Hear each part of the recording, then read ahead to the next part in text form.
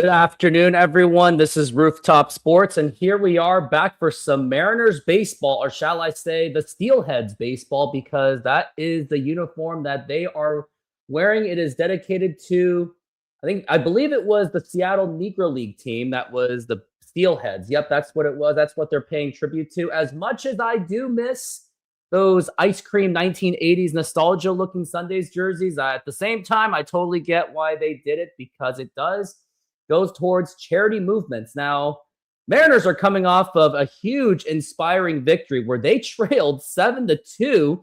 And thanks to Taylor Trmell not challenging that slightly questionable strike three call, a lot of my TikTok followers were like, nah, it was a strike. That was even worth the video. Either way, I still would have done it, but that sparked the huge comeback sparked by J.P. Crawford, Julio Rodriguez to tie the game. And then a walk-off also by J.P. Crawford. How about that, Jay Trident? Yeah, great win last night. Kind of the first, I don't know, to me, kind of feel like the first baseball's back type win that they've had this season. And yeah, I agree with you on the challenges. I mean, maybe it wouldn't have been overturned, but boy, we have found a team worse at challenges than the Mariners, and that's the Houston Astros, because they've made the Mariners look fantastic at this stuff. I'm with you. The ones they challenged weren't close. The ones they didn't challenge were certainly closer than the ones they didn't. And just a great win last night for the Mariners. You know, a game that it was nice to see them kind of steal one a little bit, a game that it felt like they weren't going to win, and they were able to find a way to pull it out and get a big W last night. And nice to have it 2 in a row, and now a chance to win their first series of the year tonight or this afternoon. Yeah, crazy to think that we are 2 to 3 weeks in baseball, and the Mariners have yet to win a series to this very day, and they could have done it against the Los Angeles Angels. They kind of should have done it against the Guardians, but we don't have a time machine for that, so this is a great opportunity, especially with the Mariners going up against a former Mariner and Cody. What is his name? Cody Bolton. Cody Bolton. Yep, that's him. And the thing is, I was warned to the Mariners that you never know what you're going to get, because we saw the Mariners against the Angels where they went up against some of the worst pitchers in baseball, and they somehow still lost that. Now, before we get into that, I wanted to go back to that Taylor Trmell video that I did make, saying that I think he should have challenged that call, and I'm surprised he didn't. And part of me thinks that he didn't do it because the Astros were on a comfortable 7-2 lead, so they're like, whatever. But there was 2 men on. But here is that video, and I want to get your opinion on it too. In the top of the 5th inning, with 2 men on for the Astros, Taylor Trmell struck out on a questionable call by the umpire. However, somehow, he did not challenge the call, even though it looked like he had a strong case to get it overturned, which could have allowed the Astros to add to their 7-2 lead. I couldn't believe it. Shortly after, the Mariners tied the game and eventually went on to win. Line drive! That's the ball game! J.P. Crawford! If only he had challenged that call. So yeah, tell me your thoughts on that, because I thought that was close enough to make that challengeable. Yeah, when I see it again, I definitely think it might have just clipped the zone. But when you consider the pitches they did end up challenging, that seemed like probably a worthwhile challenge there. And that's 2 nights in a row where Houston's really been bad with the challenges. On Friday, I keep getting my days mixed up because it's a wraparound series, but on Friday, they were out of challenges by the 2nd inning. Yesterday, you know, the couple balls they did challenge really were a lot less close than that one. So I was a little surprised. He didn't challenge it. I think there's a lot of players that you can tell they want to, and they're just, you know, you have to challenge so quickly. It's not like football where you have the whole, you know, until the next play essentially to throw that flag. You can think about it. You've got to do it so quickly in baseball. I think a lot of these guys are just kind of like, and then they're out of time. You know, by the time they do all that, it's like, oh, nope, you can't challenge anymore. So it's definitely one of the interesting dynamics with the challenges is you've got to be quick on it. And it's definitely a skill. Like, it's something that I wouldn't have put much stock into, but definitely it requires some practice, I think, because like I said, you just got to be so quick with it. I mean, for someone that he was cut from the Mariners, I would have thought he would have had enough chip on his shoulder to give himself every bit of opportunity. And he has hit well against the Mariners ever since he did join the Astros. So I thought he should have done it. And lo and behold, like right after that, that's when the Mariners went on their inspiring, huge come from behind victory. And of course, I didn't think that was going to happen. I thought the game was over. I think everyone thought the game was over, with the exception of all my. Oh, there he goes. He'll be back. Well, until then, it's going to be, we've got Logan Gilbert going up against Cody Bolton, the former Mariner. In his career in T-Mobile Park, he does pitch a 3.38 ERA and does hold the batters to a 139 average. So that is something to consider and pay attention to, at least, just in case. And now for the starting lineups for the Seattle Mariners, it is going to be Jose Altuve, Yordan Alvarez, Isaac Paredes, Christian Walker, Cam Smith, Jose Loperfido, Yanni Diaz, Taylor Trmell, and Nick Allen. Now we go to the Mariners. It's going to be Brendan Donovan, Cal Raleigh, Julio Rodriguez, Josh Naylor, Randy Arozarena, Luke Raley, J.P. Crawford, Dom Canzone, and Cole Young. Glitches happen. Sorry about that. My headphones went out, and I thought it was your sound for a second. So I was like, oh, let me just get out and see. And it was mine. So apologize about that. Missed everything you said. But well, the only thing you missed is Cody Bolton is a career 3-point-something ERA guy in T-Mobile Park with an opponent batting average of 139. So as much as some people out there are expecting it to be some kind of a bullpen day or maybe a huge opportunity for the offense, at the same time, I would also look at those numbers too, because you just never know. Let's not forget ourselves that by ranking, T-Mobile Park is not the easiest place to hit a ball. But at the same time, the Mariners, they should still be able to take care of business, especially against the Houston Astros that has really given the Mariners a boost on their offense. Yeah, no Jeremy Pena, no Carlos Correa today. Yeah, I'm with you. Like, definitely, baseball's funky. But I will say the first two games were probably the more losable games in this series for the Mariners. These two games should be ones on paper I'm sure are favored to win. Now, that's how many games have we seen like that? That's not how it plays out in the slightest in terms of favorites and underdogs. But definitely a good opportunity today for the Mariners. But yeah, I don't remember. Funny, Bolton pitched in a lot of games, not a lot, but 17 games for the Mariners. I don't remember any of them. So I don't maybe it could be a compliment to him because there was nothing so awful that I went, oh my gosh. But it was 2024 when he was on the Mariners and he pitched in 18 games. And I don't remember, I remember the name, but I don't remember anything that he did, to be honest. Yeah, he's been floating around in the league. He was with the Mariners in 24. I think he may have gotten sent down because he didn't do anything after he got cut by the Mariners. He's really had a very limited career, especially since last year. I really do think that he's been, actually in 25, he didn't really do that much. It was 11 games floating around in the minor leagues between the Mariners and the Astros.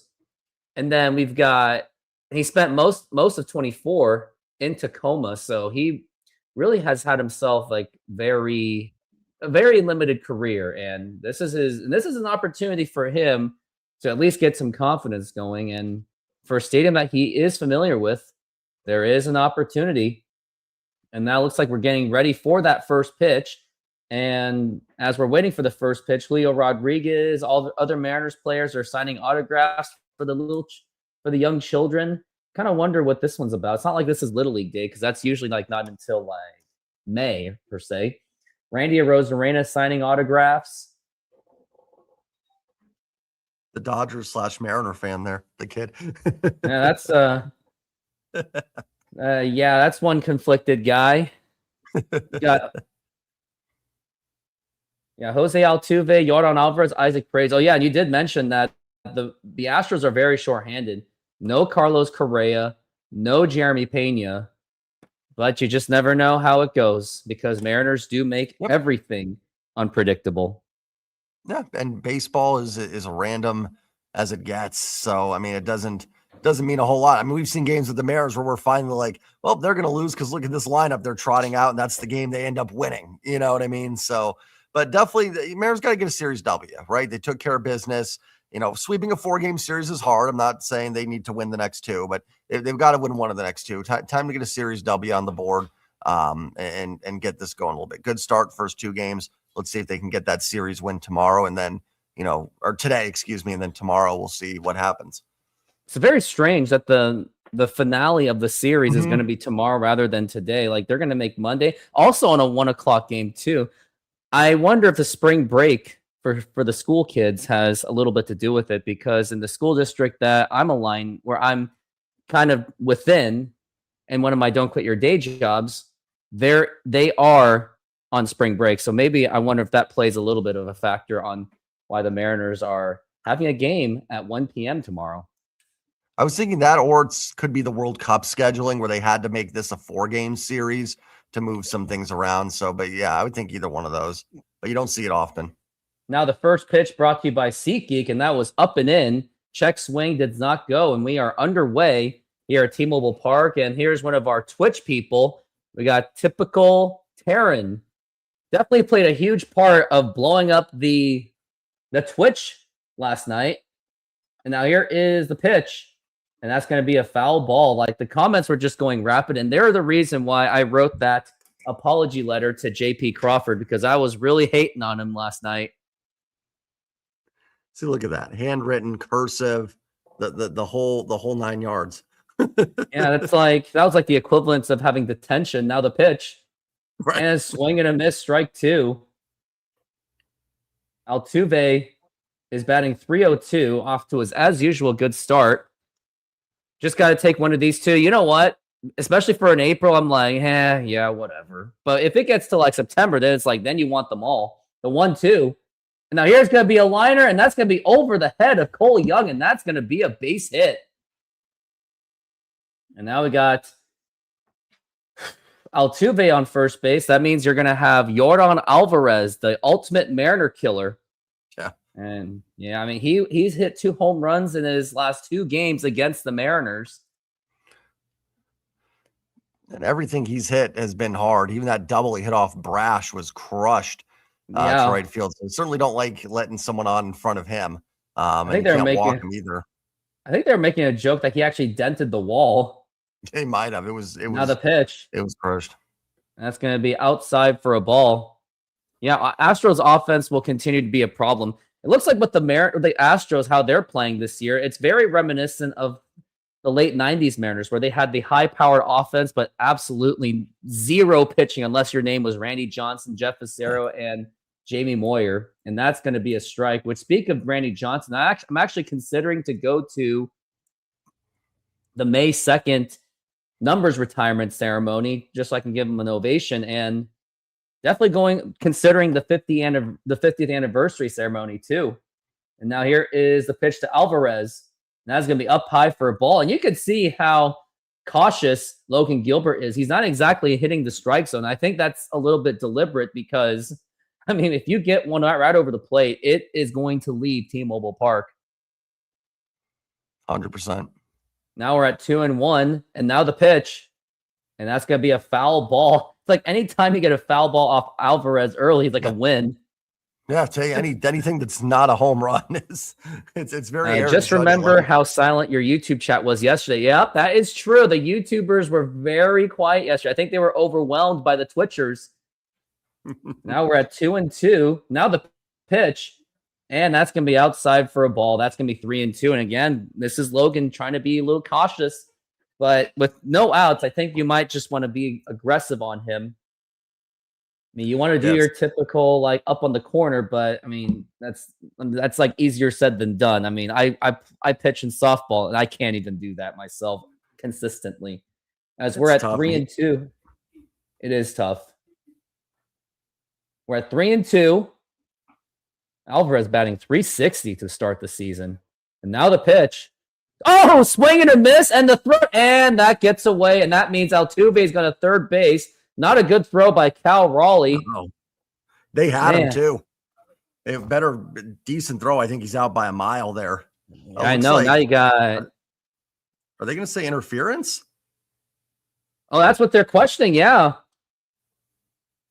On who though? On Cal or on? Are they saying that No, definitely not on Cal. Are they saying on Jordan? Can't not be getting out of the way. Let's see what Jordan did. Yeah, Altuve's back at first base. Wonder what it was. I don't think it was Alvarez because he was naturally just swinging it through. It must have been Altuve throwing someone off. I always get confused by those interference rules. I think it has to be Alvarez because I think they're saying that he didn't when Cal went to throw, he kind of hit Alvarez and he didn't make enough of an attempt to get out of the way there. I think he's at first. If that tracer, he is at first. Okay, we'll take it, whatever it was. Yeah, we'll definitely take it. I mean, Julio Rodriguez was once a victim of that in 2023, and now the pitch. It was when he successfully stole second base, but then they told him to go back. Then he tried to steal again. Then he got thrown out, and then that's where That was the Gino calm down game, and then and then Julio just raked after that. As we're at 1-1, and the throwback to first, and that gets that is Altuve getting out of there. It's when we do these play-by-plays for people, it's so hard because we have to see it on TV. It's like they just show it for a glimpse. I don't really know what happened there. Just they picked off Altuve. Maybe someday I'm just gonna go to a private suite, right, in T-Mobile Park. And that was a sharp throw by Gilbert. It was. And it's not like, and Altuve didn't really have that much of a lead. Oh my goodness, he was just brain farted. Yeah. And now the 1-1 to Paredes. Swing and a miss, and that is strike two. Logan Gilbert did have a solid start against Texas. It was just, I think it was like the 6th or 7th inning where he just started to fall apart. And then what was really concerning was there was nobody in the bullpen. Like you just saw Pete Woodworth just calling the bullpen when clearly it was kind of gone for Logan Gilbert. And we're at 1-2. And now the pitch. And that's going to be a blooper. And nope, not so much of a blooper. And Luke Raley makes the catch. And a very unique inning for the Mariners. You had a canceled stolen base, striking out Jordan Alvarez, a pickoff to Altuve. I mean, you almost want to call that a 1-2-3, but not really. Yeah. Yeah. How does that? Does that qualify as a, that's like one of those baseball terminology. I think you're right. It doesn't because it's just that they were erased on the base path essentially. So it wasn't set down or I don't know. It doesn't matter, but you're right. Hey, got out of it. Didn't throw too many pitches. Good strikeout of Alvarez. Nice job by Logan there to throw the splitter. Didn't give in to him. Got him to swing over the top of one and ends up working around it. I'll be right back. I'm just going to grab some water. Yeah, you do that. SeatGeek is a mobile ticketing app for sporting events, concerts, and other events.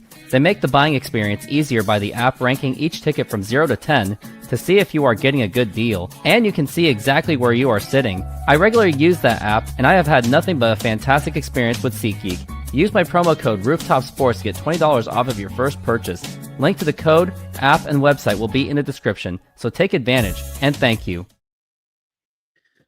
Yep. If only I could use that promo code for myself, because I'm going to the Mariners game on Friday against the Texas Rangers to throw a huge birthday party for my best friend, who also he is also my nemesis in the fantasy sports world. Like we're like Batman and Joker bickering at each other. That's the relationship, and we're playing against each other in the hockey championship game, and also it looks like in the third place game as of now, it looks like you're seemingly to get in control of that game. Yep. Check I don't the know score. what happened today. I just kind of took over. I think I ended up getting enough goaltender stuff to qualify. So all those numbers I was losing because I wasn't qualified with enough starts. So I think now I am. So I took those numbers over. Yeah, and for baseball, let's see how you're doing. As we are back from the break, you're actually winning. Now the pitch. And it's going to be a strike. And that would be considered an upset because you are going up against the defending champion. Hey. And typical Get Terran, 'em. yes, it's going to be no stream on Friday because it's going to be all about. Oh, and Donovan just got hit in the foot, and he is going to go to first base.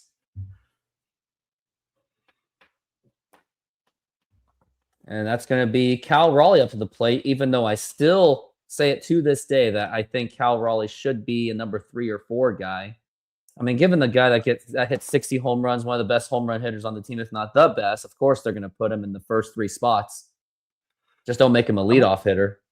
I wouldn't mind JP moving up a little bit just because with JP and Donovan, how many pitches they take, that wouldn't be a bad one too. I think really kind of wear out the opposing pitcher a little bit. Might not be a bad idea.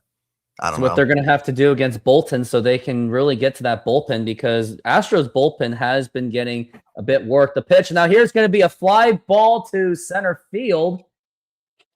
And that's going to be making the catch. That is Taylor Trmell, the former Mariner, making the catch. That's going to be 1 out. It looked good, but yep. Who knows? Better contact from Cal. I will say this, Cal's looked a lot better last few games. I mean, still not dialed in, but he's not swinging, missing through as much junk. He's getting better contact. That is true because that Angel series may have been the last that we hope. Yeah. And that's going to be a strike right down the middle against Julio Rodriguez. He's hitting a little bit better. He's getting into the 170s. Hopefully he can get into the 200s. I mean, he cannot finish the season being 172. I think if he finished 172, that means there's a lot of other problems with the Mariners too. The pitch. That. And that's going to be a foul ball. He hit his first home run yesterday, which tied the game. Yep, this is actually... Yeah, he's been clutch. Yeah, at least in the bottom of the 9th inning last week against the Angels, as we're at 0-2 for Julio. And now the pitch, and that's going to be a foul ball. Still going to be 0-2.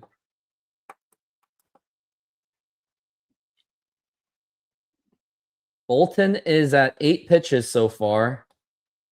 He seems to be a little steady. He was able to get Cal Raleigh out quickly. Now the 0-2. And that's going to be a foul ball again. Threw 96 on that one. I mean, they're like hard foul balls, though. So you got to give them that. I mean, last week we were seeing like softy foul balls. Exactly. It was like fouled back and like it was just in the air for so long. And it's going to be 0-2 for Julio. Now the pitch. And there's going to be a fly ball right field. Is that going to be fair ball? Just foul. And that, you never want to experience those. Like whenever I experience that, it kind of ruins the mood for me. But let's hope it doesn't ruin the mood for Julio Rodriguez. Runs this series, Mariners have been scoring very well. We're at 0-2. And now the pitch. And swing and a miss, strike 3. I kind of figured that would happen, especially outside the strike zone. It's something that we're just unfortunately accustomed to is just watching Julio with those outside the zone strikeouts. And then we got Josh Naylor up to the plate. Now this guy, he's really got to get going and live up to his contract. Batting 107. Yeah, he's been the worst of the 3, and at least with Julio and Cal, you're getting kind of a boost from the positions they play, center field and catcher. Naylor has been one of the least valuable players in baseball, but I feel like he's due. He's been closer too. He's made some better contact. You know what? I'm putting in the call of this at bat for the first one of the year. Doing a home run or a base hit? A home run. All right. Now here's the 1-0, and that's going to be a foul ball. I mean, it happened last year with Cal Raleigh when I said he's got to step up against the A's, and he said, hey, maybe this one, and he blasted a home run. Right. And he actually hit 2 home runs too. Yep. And I think that was when he tied Salvador Perez for the most home runs as a catcher. As now we're at 1-1. And the throwback to first. They're really trying to keep Donovan in check. It's not like Donovan is a great base stealer, though. And same thing with Cole Young. Now we got 1-1 on Josh Naylor.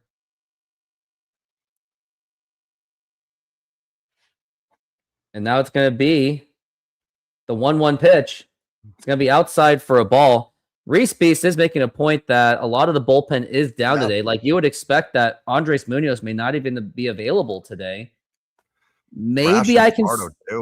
Oh, yeah, it's true. So maybe you're going to get Spire. Like you're going to get more of the bottom ones today as we're at 2-1 now the pitch. And that's going to be up high for a ball. Good eye by Josh Naylor. Randy Arozarena will be on deck. He'll be the next batter if Naylor can fulfill your predictions. So we're at 3-1. And now the pitch. And ball 4, take your base. And I'm a little surprised they're not going for the challenge, but I guess they just don't want to waste it this early. Yeah, too close there probably. And then it's, best it's 3-2. So much tough things with the challenge because I think you also have to take the situation into consideration as well. So also it's instinct, adrenaline, exactly. Everything. I still think that Taylor Trmell should have done it. And then here's the pitch to Arozarena, and that's going to be a strike. And Randy Arozarena, I mean, he's off to a decent start. It's really sad that we have to say 255 is considered average. Now it's 0-1. Now the pitch. It's going to be up high for a ball. Yainer Diaz really tried to do the frame job, and it's going to be 1-1.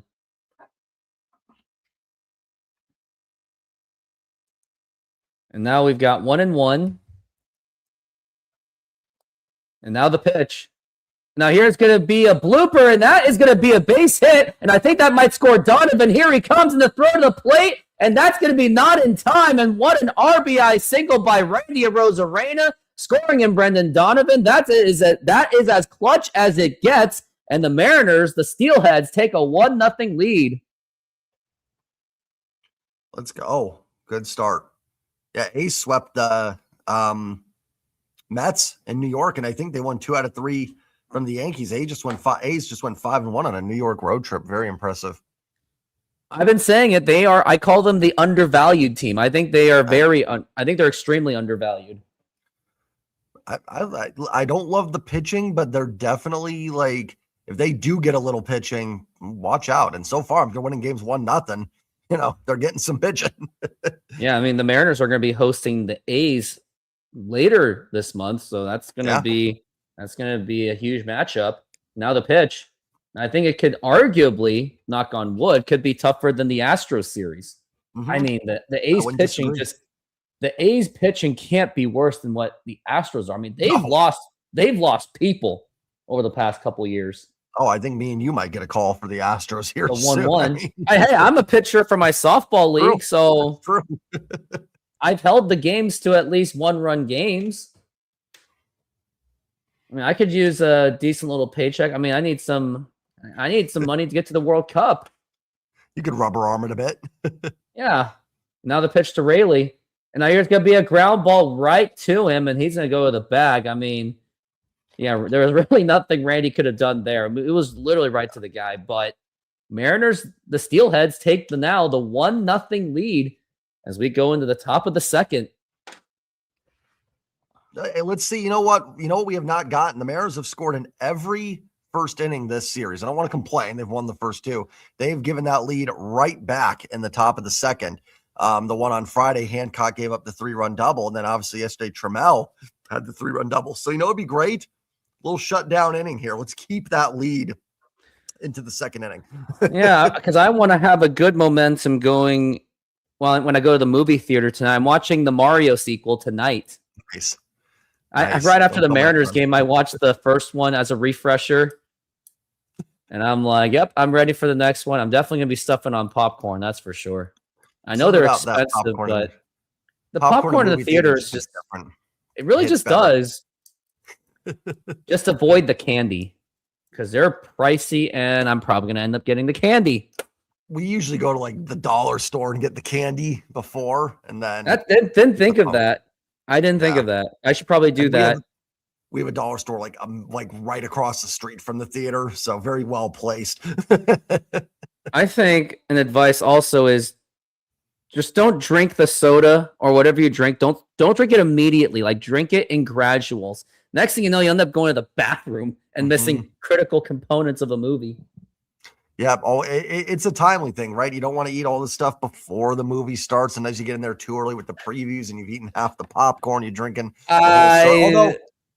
Although that's better than going to the bathroom during the movie. So it actually, like, you know, if you're going to do it, I guess eat it all before.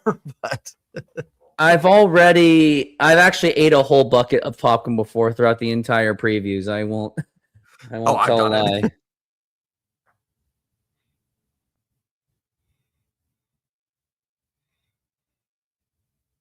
And we are back from the break. Josh Naylor is at least able to draw a walk. And now here is the next pitch. And here's Christian Walker. And that's going to be popped up. And this actually could be playable. Just don't lose it in the sun. Here's Donovan, makes the catch. And that's going to be 1 out on the first pitch. Christian Walker was one of my former Astro players on my fantasy baseball team, along with Yordan Alvarez. And both of them completely let me down. I mean, I think if I had this year's Christian Walker and Yordan Alvarez, I think I would have won the championship. I mean, you'd already be in a better spot. I think they've already done more this year than they did last year. Yeah, pretty much. Now here is Cam Smith, one of the rising stars for the Astros. And now here is the pitch. And that is going to be a strike. I mean, who knows? Like, I wonder if half Korean player Shea Whitcomb might get a chance if all these injuries keep piling up on the Astros. He's a AAA player in the Astros system, the pitch. And that's going to be a foul ball. He was also one of the hitters, one of the power hitters for South Korea. He did hit 2 home runs against Czech Republic. Now they're called Czechia, if I'm even saying that right, as we're at 0-2. But at the same time, he does strike out a lot. So I think he's still a long ways to go. I don't even know if he may even crack a roster spot at this point. He has been in the bigs. I know I've seen him up before. We're at 0-2. And now the pitch. And that's going to be way inside for a ball. Now I got to really look up Shea Whitcomb. I mean, he's definitely played. But I don't know how. I think it's been very, like, small cups of coffee. Very, very minuscule. Like 1 home run throughout his entire career in Major League Baseball. Now we're at 1-2. The pitch. And that's going to be low for a ball. I mean, this guy, he's also been known to be high strikeout, does make it up with home runs. Right now, I think he's already played on a Major League roster this season. Wow. He might be on the team right now, honestly. Yeah, that's true. The pitch. Swing and a miss, strike 3. I mean, I wouldn't mind seeing him play. That is going to be 2 outs. Nasty splitter. Yes, it's something that we really needed from Logan. Yeah, that really did it. Like, that really sold it. That's what you want. And the Astros just devastated with it. I mean, I'll be honest. I said it on my stream. Like, I've got a lot of, Astros followers, and, we've all been very respectful of each other on my channel. And I've praised them in the past for what they've done. But, with all the injury, I just can't with the roster. And I think that this offense, as good as it's been, is going to come back down a little bit too. Knows. Here is Joey Loperfido. On Friday night, I was trash talking with an Astro fan by saying how bad our teams are to each other. We were like, well, we have no hitting. And they're like, well, we have no pitching. Like, that's a new kind of trash talking when you're trashing on your own team to your rival. Hey, sometimes that's the most fun. But, and both sides are right. I think the Mariners, though, I trust the back of the baseball card a little bit more with the Mariners offense than the Astros pitching. But, if Hunter Brown can get back in there and Javier, they're not out for long, then there's certainly a chance. But the pitch. Yeah, you never want to count out the Astros, because I think last 2 years they've had atrocious starts, and they somehow, at least for last year, they were at least able to at least put pressure on the Mariners to sweep them. Yep. And now we're at 1-2 for Loperfido. And now the pitch. Now here's going to be a ground ball right to the second baseman, throw to first. That's going to be in time, and that one was a 1-2-3 inning for the Mariners. And we go to the bottom of the second inning. It is still 1-0. Nice inning there from Logan. We talked about, not getting the shutout inning the last 2 days, and especially important for Logan to go deep today.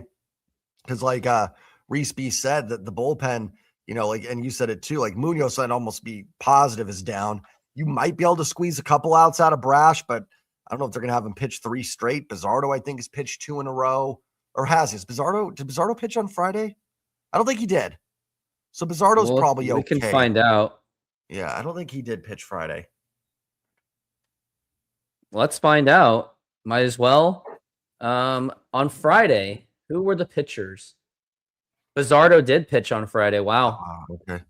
So, yeah, I mean, maybe one of those guys, definitely not Munoz because he threw a lot of pitches both times. Maybe Bizzardo you could squeeze, a couple outs out of, but it's probably going to be Ferrer and Spire and the bottom ones like Wilcox and some other guy. Criswell.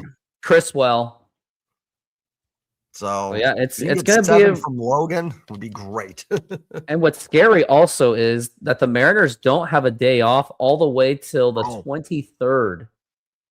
Well, and that's another reason why I think you got to give those guys the day off. Unfortunately, if you're off tomorrow, I might say like, listen, if we need you for an inning, we're using you, but then you're not off tomorrow. So it's like you almost have to just reset a little bit. And, Logan's enough of a veteran. If he's got to throw 105, 110, he can.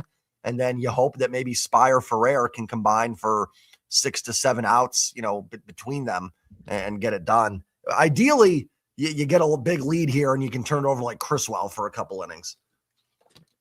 Yeah, that's what they need. A pitch to Crawford, who was the hero yesterday, and that's going to be a strike. And JP Crawford's had a very interesting start to the season. Like, he started the season in spring training with an injury, the pitch, and now he's under the shadow that Colt Emerson might actually take his job. But with the limited defense of Brendan Donovan, maybe he'll just be shifted to elsewhere because none of the right fielders except maybe Luke Raley and Canzone are really doing much to perform either. So maybe Crawford is definitely safe for the season. The pitch, and he definitely at least saved the month of April for himself because he wasn't exactly off to a great start as we're at 1-2 for Crawford. Now the pitch, and that's going to be outside for a ball. I mean, no matter what happens with JP Crawford, whether he stays or leave after this season, I mean, he's still going to be remembered for the rebuilding years, the 2-2, at least being a huge part of the rebuild. And also he was the game-winning run when Jorge Polanco drove him in against the Tigers. And he was there since pretty much day one of the rebuild. And now the 3-2. And ball 4, take your base. JP Crawford, very patient at the plate. When he's at its best, he could be almost as effective as Brendan Donovan on plate approaches. Yep. But when he's bad, he's bad. Yeah, and I'd still like to see a little bit some more line drives, some more hard hits from JP. He had a couple last night, but definitely good plate approach for the Mariners. When they're on, they take those walks. It's a hard lineup because they will wear you out, and then they've got power. Now we got Dom Canzone up to the plate. I'm going to say it. He was actually one of my favorite players ending 2023. I was hoping he was going to take it to the next level, but he didn't really do that until kind of last season. And I really did give him a hard time last season because there was a pitch where against the Astros, it was out on the dirt and he still swung it. I still have that video as we're at 1-1. Came back up. It was the 2-1-1. That's going to be a foul ball. Actually, I think he started the season no, he actually did get called up. And after that, they sent him down and they didn't bring him back till June. And he did set the tone by tying the game against the Arizona Diamondbacks to tie that game. And then ironically, Josh Naylor beat us. And then we're like, well, you did beat us, so join us. Now the pitch outside for a ball, 2-2 for Canzone. Would really like to see Canzone have a good season. It's the Mariners definitely need it. Like, especially what he did last season. He was batting 300, 11 homers, including a 3 home run game. Now the 2-2. And that's going to be up high for a ball. But the most other painful thing to see out of Canzone is when he does go up against lefties, like, it unfortunately makes sense why he's a platoon guy. Like, when I saw him go up against the lefty, he looked like he forgot to swing a bat.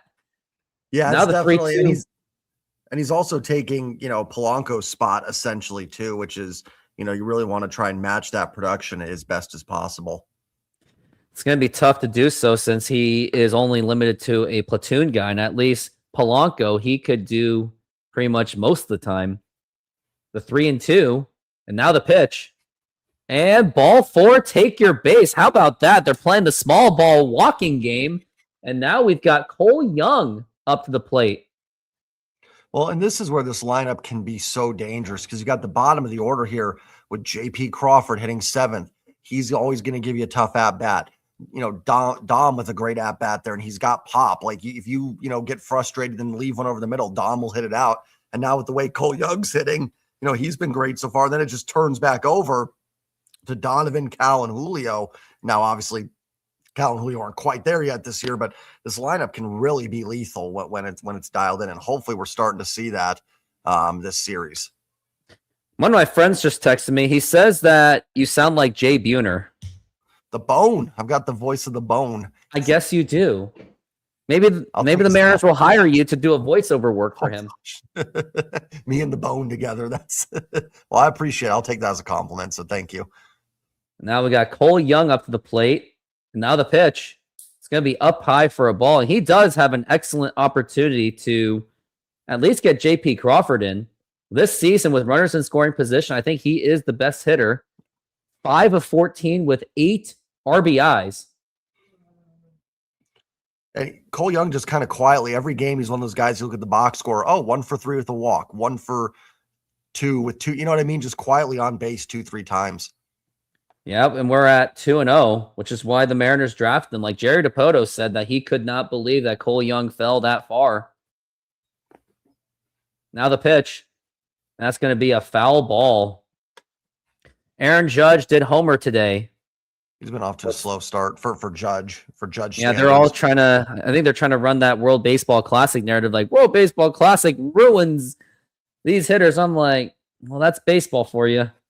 The 2-1, and that's going to be. Did he go? He did not, and that's going to be 3-1.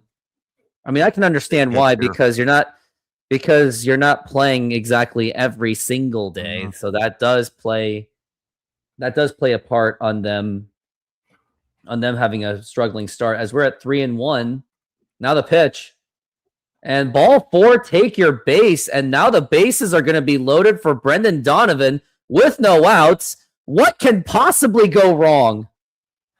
The Mariners with the walks. I don't know. Do you remember it was like in 04-05, Ryan Franklin had a quote about the A's. He's like, they take so many dang pitches. It's so annoying. They just don't swing. And it just right. That's what the Mariners have been doing. It's got to be driving the Astros nuts. It's got to be driving Cody Bolton nuts. I wonder if it's because they might actually have a glimpse of who he is because he was on the team, and that's going to be a strike. That's what I'm nervous about when I play against my former team. If it's in the playoffs, like they're going to be like, oh, well, at least we know how he pitches and hits. Now it's 0-1. Now here's going to be a fly ball to left field, and that was close and fouled. Is that Jordan in left field? Yes, I think he does. He normally does play left field, and he's not necessarily the quickest guy to play left field either. He's had a couple balls that I've seen hit to him, but it's Loperfido it's Loperfido. Oh, okay. Jordan's DHing. And that's what I'm expecting out of Las Montez. I've seen him try to play defense, and it's not exactly the greatest, so that's probably the samples. That's probably what we're going to expect out of him, who is still in the minors, the 0-2. That's going to be a foul ball. Who would have thought that Brendan Donovan would be at 2 strikes already? He hits like Jordan, but he strikes out like Julio. If he comes up and hits like Jordan, we will As we're at 0-2. Oh, what's going on? Oh, this is not good. Looks like Bolton might be shaken up. And he's already on 42 pitches, too. They were already action in the bullpen, but this Astros rotation just continues to I think he's going to come out. Let's see what he does here. He's shrugging that shoulder. That's not good, too, the shoulder. Yeah, that's one of the he was shaking. Yeah, I saw that. Yeah. It's one of the horrors of being a major league pitcher. Like, lifespan tends to be pretty pretty low. He's coming out. Yep, and he's done. Now they're already going to the bullpen. We talk about it. Obviously, we want the Mariners to win, but man, the Astros just, cannot catch a break with the injury bug. Bolton's already, a guy filling in for someone. They are just losing everybody in their rotation. It's been a bit of a mess. I mean, and it's not like their farm system. It's not like their farm system is any better right now. It's not certainly what it was in years past. Exactly. And listen, that's part of you go on a run for 10 years where you're a constant World Series contender. You kind of take it, right? Because it's just part of what happens in sports. If you're on top for so long, things just eventually kind of, start to eat away at you a little bit. I think we're kind of seeing that with Houston here. A little bit. Reese says Evan Carter ties it for Texas against the Rangers, or for the Rangers against the Dodgers. Sorry, Dodgers going for the sweep there. The A's are in first place at 8-7 now.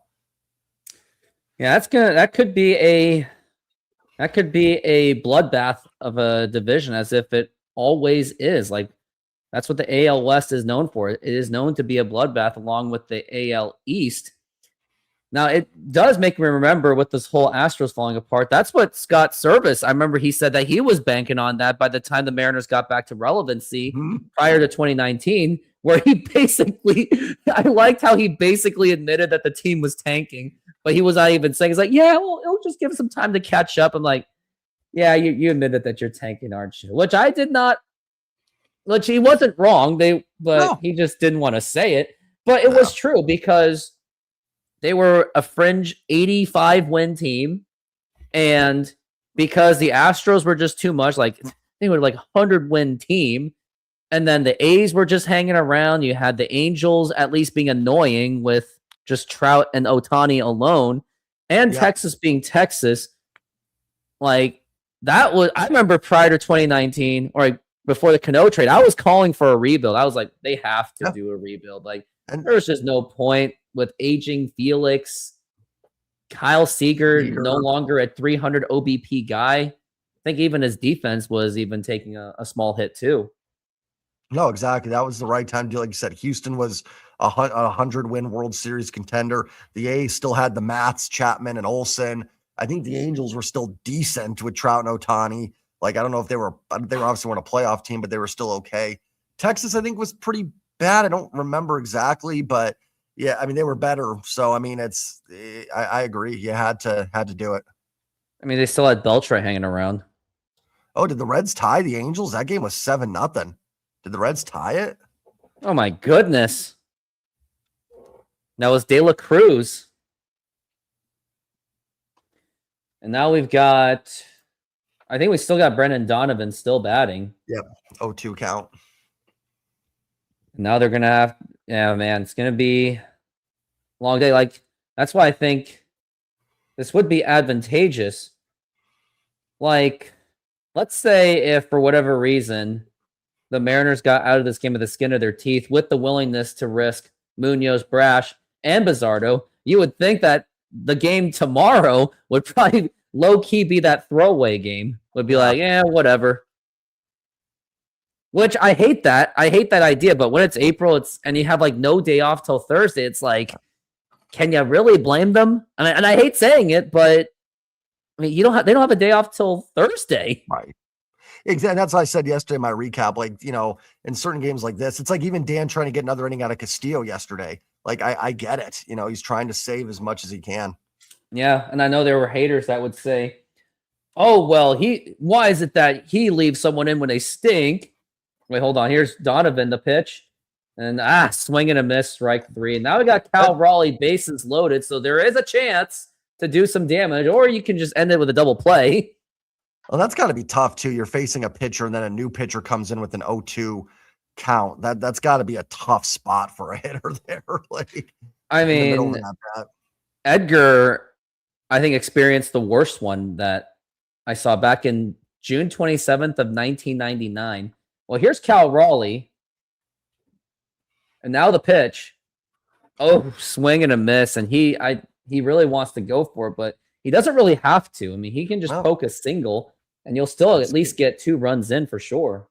Just get one run in. At the very least, you got to find a way to get one more in here. If it was 2 outs, I mean, he probably would have gone for it more. Because we're at 0-1. Now the pitch. Swing and a miss, strike 2. He's still trying to force it.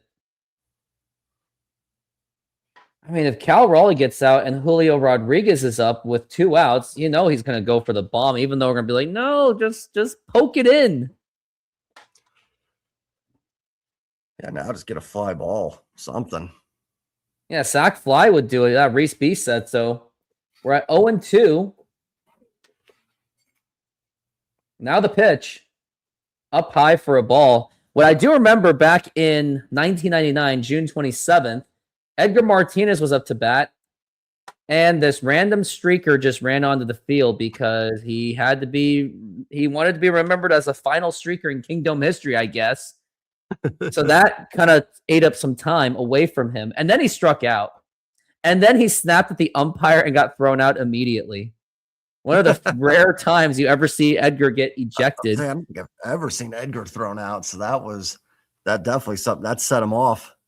You also never see Edgar charge a mound, which he actually did in 2001. Like, there was a time that I think there was a pitch right to him that he dodged, and then he just froze for like a few seconds, and he just charged the mound like crazy. Wow, and this was in 2001. There's highlights of it. Oh yeah, I'm sure the game's out there. I'll have to check that out. It's at Sports Center. It's the guy that does all the Sports Center highlights. Yeah. SW, whatever. Yeah, and now he ran out of videos because Sports Center stopped being Sports Center. Yeah. We're at 1-2, the pitch. And swing and a miss, strike 3. And how about this guy, Murray? He's just doing it. But yeah, I mean, I know there's people that were like, well, why couldn't you take out Castillo early? I was like, well, the bullpen was just absolutely burned yesterday. So there's times where they just don't have a choice. Exactly. And if he pitches well, I mean, and the bullpen is like this, they're going to have no choice but to go deep with Logan Gilbert. But now here is Julio. Now the pitch. And look at them doing. Look what they're doing. They're just trying to hit bombs, like just mindless swinging. I think the Donovan at bat was probably the most frustrating, honestly, just because that's just not like him. It was very unlike him. I mean, it must have thrown off his rhythm and everyone else's. And now the 0-1. That's going to be outside for a ball. Just to think that could have been a 2-0 count, and you'd only have two balls away from doing a bases loaded walk. Could give Josh Naylor an opportunity to drive in some runs. But let's see what what he can do. But he is on a 1-1. Astros have a great opportunity to get out of this jam. And now the pitch. Inside for a ball. That was on a 97 mile an hour fastball. Could be 3-0. It could have been. Julio says 3.95 pitches per plate appearance in 2026. So it's kind of increased a little bit. Now the pitch. Oh, that could have been ball 4. Could have been. But now it's a 3-1. Throw that again. I think he's going to try to hit the middle. I think he's going to go for. I think he's going to try the middle. I think because usually when it's 3 balls, they're more inclined to try to pitch a strike. And now the pitch. And ball 4, take your base. And that is going to be an RBI walk for Julio Rodriguez. And the Mariners have been literally walking their way to score. We'll take that. Now let's see if Naylor, now that gets a little feel for it. I'll still put in the call for Naylor. I'm still putting in the call here. You're going to call for a grand slam home run. You know what? If he hits a grand slam home run, I will do a super chat for you on your next video. The pitch. And now here's going to be a fly ball to not so deep, and that's going into foul territory. Oh, and Altuve makes the catch. He did the little Willie Mays style. And that's going to retire the side. That's a good catch. I mean, my instant reaction when I see a catch like that, my most favorite one was when Willie Mays Hayes did that. Manager Lou Brown goes, "Nice catch, Hayes. Don't ever effing do it again." Exactly. Although Altuve didn't have much of a choice there. I mean, I've done that in softball. I was like, "Hey, nice catch, man! Don't ever effing do it again." Right. Because That was Brown's nice play by Altuve. Nothing he can do there. yeah, there's nothing you could That's have a tough done. catch too, because that ball tends to kind of come back into play a little bit. A lot of times you see those dropped, but nice play there. And unfortunately, Naylor doesn't live to fight another pitch. No, he doesn't.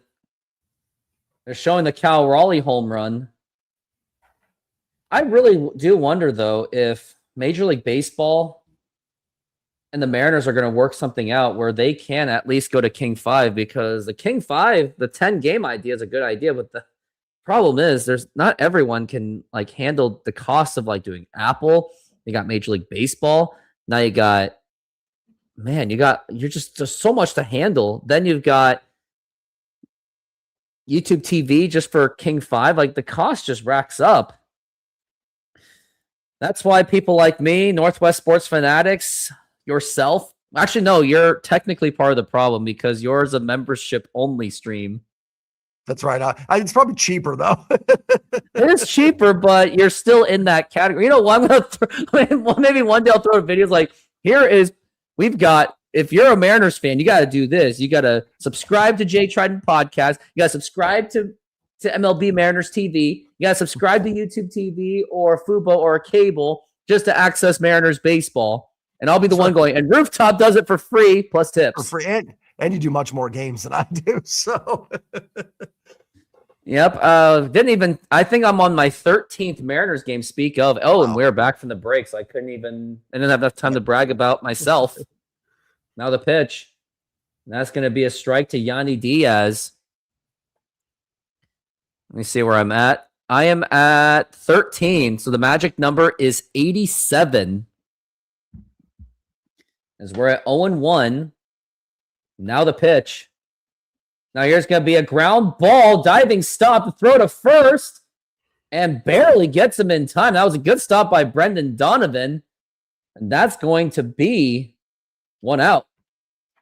Nice play there by Donovan. It's been a little bit of adventure over there, so we'll certainly take the good plays when we get them.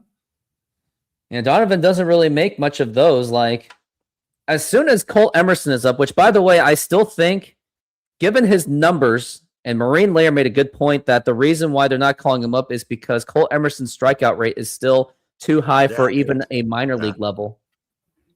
So it is understandable. I will say this for Donovan. I do have like some hope that he just hasn't played a ton of third and it gets better for him over there. Like Polanco just couldn't do it physically. I do think there's a good defensive player in Donovan. It may just be that hasn't been over there, and maybe 20, 30, 40 games gets the feel for it. I do have some hope for that's possible. I mean, I guess Josh Rojas, he eventually adjusted to at least be somewhat decent. Like, unless the run saved it could be against it. Now the 1-1. Swing and a miss, strike two. That is to Taylor Trmell, the former Mariner. Did he challenge? Would he challenge a swing and a miss? Wait. Oh, they showed the ABS thing on mine. Like they were going to a challenge. I was like, in my head, I'm like, didn't he swing and miss at a pitch? It doesn't matter, Taylor, if he swung. Must have been yeah. Oh yeah. So let's do an ABS when he swings, but not do an ABS when it was like a borderline clear ball. Let's do that. Like I said, I think it was just a glitch, but I was like, wait, what's going on here? And that's gonna be low for a ball 1-2. I mean, a lot of TikTok people are kind of like, yeah, but that was a strike. I'm like, yeah, but I think best case it would have been a hairline strike, but I still thought it was worth. I know I'm kicking this thing like a dead horse. No, but 2-2. Swing and a miss, strike 3, 2 outs. Yeah, you were saying? Well, and I think people are like misunderstanding the point too. It's not that you're saying like it 100% would have been overturned. It was just in that spot. It felt like a pitch that was certainly more warranted. And then when you look at the pitches they did challenge, you kind of go, well, why don't you challenge that one a little bit? So I think people just take the point to be like, oh, you're saying it's a ball. Like it may have been, but a strike, but it was definitely borderline for sure. It was worth it, especially with 2 men on base. Now the pitch. Like, I remember when that happened, I was saying, oh man, that's how much the Mariners or the Astros are disrespecting the Mariners by not even doing a challenge because they think they had this game in the bag. And well, that did not age Well, now here is Nick Allen. Now the pitch. Now here's going to be a fly ball to center field, but Julio's going to be there. And he makes the catch, and that's going to retire the side. An easy 1-2-3 inning for Logan Gilbert. But let's get some more runs in there. Now back to Josh Rojas. He was a +7 runs saved as a third baseman. So he actually did have a pretty good defensive season when there was no expectations much for him in that 24 season. He was pretty good. And here's Jorge Polanco in his 5 games as a third baseman. -2 with a .964 fielding percentage. It's funny that he only played 5. Like, that's how bad it was that it only lasted that long. Because I would have guessed like 20 or 30, but it was only 5. Let's not forget, Ben Williamson got called up quicker than he should have been. That's right. He was up around this time, if I'm not mistaken. Against the Blue Jays, the Reds was when he made that debut. Yeah. I think the Blue Jays was like a couple series later, so you're not far off on that. But yeah, that was around this time. In fact, I think that was the series they're going into. I think that was the Red Series. Like, this Padres series was the equivalent of the Red Series last year. Yeah, in the Red Series, there was a lot of I think there was a lot of anxiety going into that because they're going up against the Reds, Hitters Park, and then the Blue Jays. It was amazing how they got a 2 out of 3 out of that, and then 2 out of 3 against the Red Sox. That's right. They went to Fenway. That's right. I forgot about that series. They beat Crochet. The final game, Mitch Garver cleared the bases, double off the wall against Garrett Crochet. We're feeling nostalgic about that. 2025 nostalgia. Hello, Chicago boy. How are you doing? Christian in the house. Got 9 people on YouTube, but where are my Twitch people? Man, disappointing. I mean, it is Sunday, so whatever. People are going to church, or people just sleeping because they went out yesterday. The pitch, and that's going to be a strike. Typical Taryn, you're here, but bring your friends in. We're at 0-1 for Rosadena. The pitch. And that's going to be strike 2. That was a good pitch to put it in.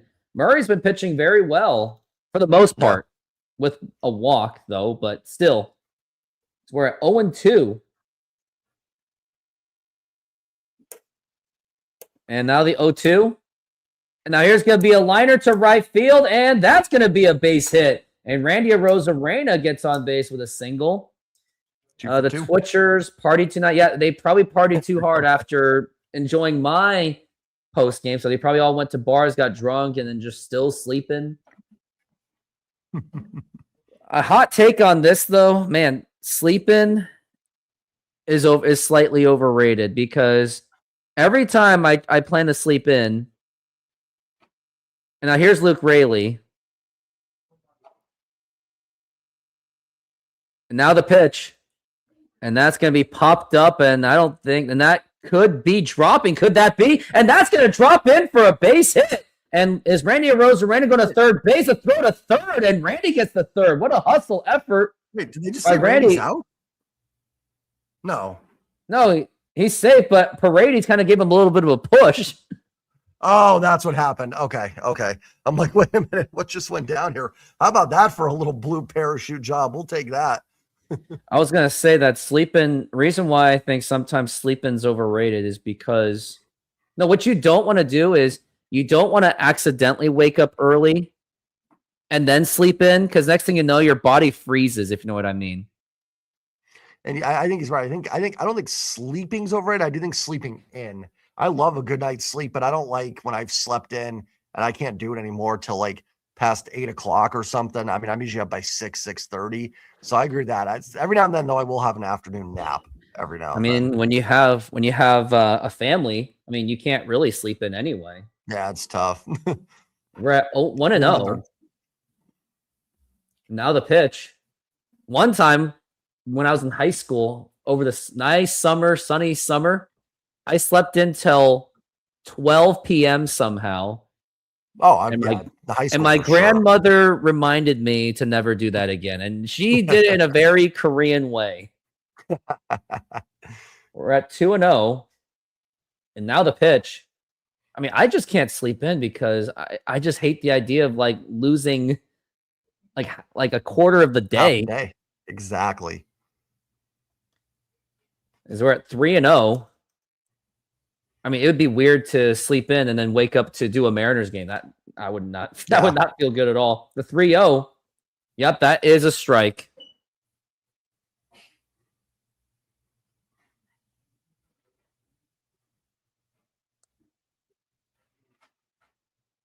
All right, we're at 3-1. And now the pitch. Ball 4, take your base. And once again, the bases are loaded with no outs. With Canzone with a big bat against a righty. What can possibly go wrong? See if they can get more than one this time. Let's have Canzone send you off with a bang. That's right. I'm feeling pretty, although I will say, like, Murray hasn't given up a lot of hard contact. He just hasn't found the zone. But we'll take another walk. We'll keep walking. Was that 5-6 walks already for the Mariners today? Yeah. They have like 20 walks in this series.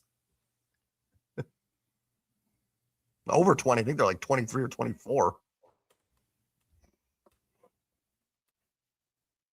Now the pitch. That's going to be a foul ball.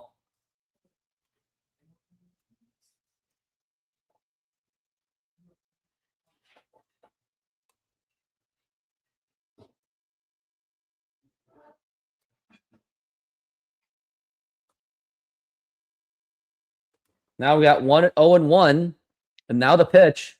Low for a ball.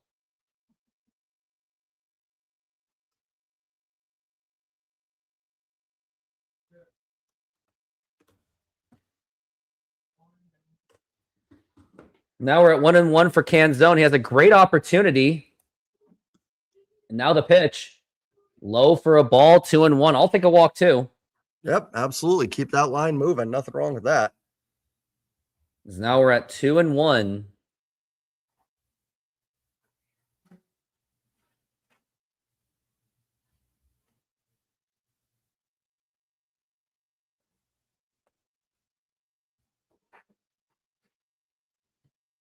Now the pitch. And ball 3, 3-1. Talk about a hitter's count. That one might have been worth a little challenge. I think Astros are feeling hopeless at this point. They went from overconfident yesterday for not challenging, and now they just went completely hopeless. Now the 3-1, and he just got him jammed up, popped up. I mean, you almost want to call that an infield fly. Randy, what? I think you're just trying to deke a throw. I don't like. I like that pitch was probably a strike, and I get it's elevated, but I almost think you spit on that one a little bit, and I don't know. That's just, it was almost too elevated. I get trying to lift that, get that sac fly. I just don't love that there in a 3-1 count. Not a good enough pitch, I think, to swing at. If it was a 3-2, it would have been like fine. Yeah, exactly. You almost have to, because I think it was a strike. I think it did just clip the zone, but man, really need that big inning. But I think Cole can get one in here at least. Low for a ball. Cole Young did walk his last at bat. And I know I will reiterate, I've seen him in Tacoma, not Tacoma, Everett, when he was with Harry Ford, the 1-0. Outside for a ball, he's really working the count. And now Murray's racking up the pitch count already. 27 pitches already. I mean, at this point, are the Astros going to be going to a position player to pitch at this point? And we've witnessed it ourselves against Baltimore in 23. The 2-0 inside for a ball. And our most marquee moment was when Jared Kelenic struck out against a position player. I don't know who that was, but yeah, it was like a backup catcher or something. It was pretty dark. Now we were laughing at it now, and now we're thinking, oh, actually, that's darker than we thought. We're at 3-0 now. And ball 4, take your base. Another RBI walk by the Mariners. And now you got Donovan up to the plate with 1 out. What can possibly go wrong? Man, it's funny. This game, I mean, it feels like it should be like 8 or 9-0 right now. I mean, they have really worn out this Houston pitching staff. They are so close to just breaking this game wide open here in the third inning. But glad that they've, not had the best at-bats with bases loaded, but they found a way to get a couple runs here and still have a chance. Let's see if Donovan can make up for a poor one last time. I don't expect to see Donovan strike out twice in a row with the bases loaded. That would be, it would probably take a lot to do that. And man, Astros manager or coach he's been really busy today. Just mound visits after mound visits. He had a big meal last night. He's working it off today. Well, to your point, the Astros. Go ahead. I was saying, I think Murray was a starter in the minors, if I'm not mistaken. He may just have to eat like 90 pitches for him. I'm looking for that. Okay, I think I found it. Now here is Donovan up to the plate. And that is going to be up high for a ball. Looking for that Jared Kelenic strikeout. Yeah.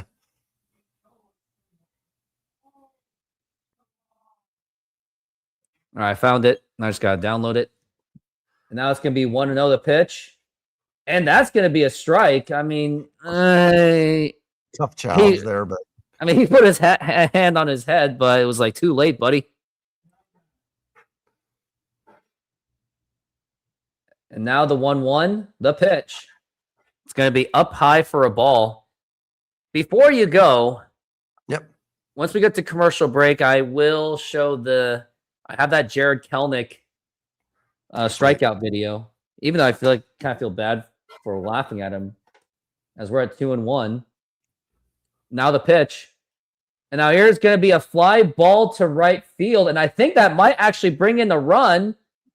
He catches it, and now tagging at third is Luke Raley. The throw to the plate, not in time, and a sacrifice fly. RBI by Brendan Donovan. He got out, but he made up for it by getting a run this time. Yep, we'll take it. I mean, we'd still love to see that big hit to really bust this open, but another run, 4-0, 4 runs in 3 innings. Good start here. Well, more than take it. See if Cal can maybe get into one. Well, you know what? Hit the bomb. Yeah, this go for this it. one I like it. You got 2 outs here. You've got a couple runs in. Let's see if Cal can. Ooh, that was a pitch to do it on. Hit the bomb. Oh, you're definitely ahead of me. Now the pitch. Oh, that's going to be a strike. He's trying. He's trying. Yeah. He wants it, but he's not letting it come to him, I guess. Yeah. We're at 0-1. He's just desperate to get off to that. He really just wants to make up for the last 2 weeks.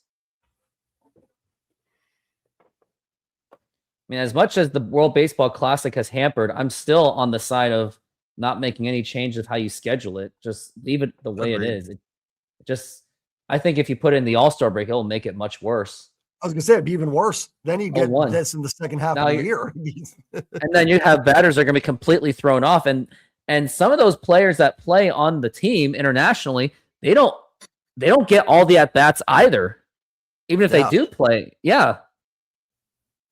Now we're at 0-2. Already 0-2. Not so good. And now the pitch. Way outside for a ball. That's going to be 1-2. 25 walks in the series for the Mariners. That's got to be like, I don't know if that's a franchise record, but it's got to be somewhere around there. And there's still a lot of now we got 0-2 on the dumper. We're barely halfway through. Now the pitch. Oh my gosh. It's going to be 2-2.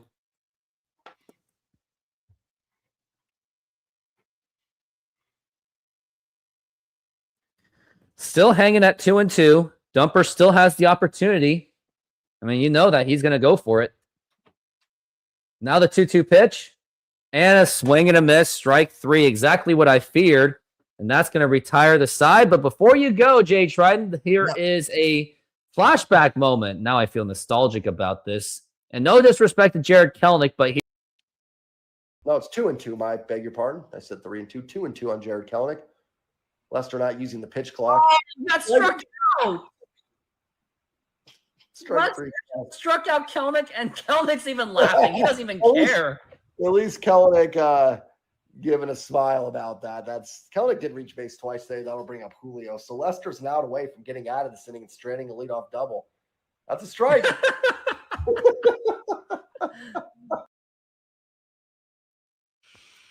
How nostalgic was that? Yeah, and Uh-huh. then and a month later, he unfortunately kicked the cooler, and I think that's where his career just took a bad Went turn. down. And we got the Cade Marlowe experience for a little bit there. So thank you for having me on, my friend. Appreciate it. Good 3 innings. And see if we get Josh in here to bring it home if he's around. If he is around, yeah. Have a good day. Enjoy your Sunday. You do the same. Try our delicious burgers today. Satisfy your cravings with our mouth-watering burgers. Double cheeseburger with classic double beef patties with melted cheese, lettuce, tomatoes, onion and house sauce, a fresh, flavorful delight. Double bacon cheeseburger, crispy bacon, fried onions, barbecue sauce, and double cheese. Double guacamole bacon burger, double cheese, crispy bacon, guacamole, lettuce, tomatoes, onions, and our special house sauce. Pair any burger with fries with an ice-cold drink for the perfect meal. Come down and taste the difference. You can only find these burgers at our Snoqualmie Mexican food truck. Oh, gotta fix that screen, and now I don't need this headset anymore. And we are back from the break. It is now top of the 4th inning. Mariners are up 4-0. Like, this seems, you would think that this could be a lost game for the Astros.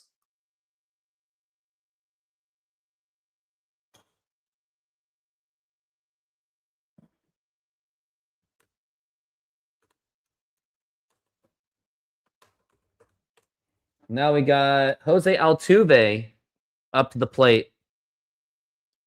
And now the pitch. And now here's going to be a fly ball to deep right center field, but not deep enough. And Julio Rodriguez makes the catch, and that is going to be 1 out.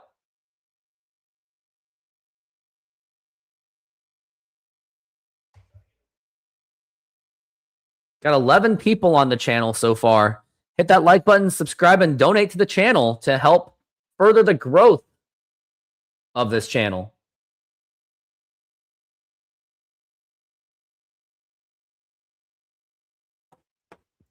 Here's Yordan Alvarez up to the plate.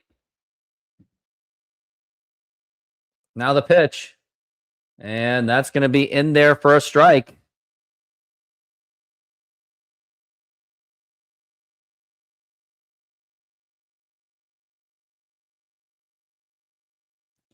We're at 0-1.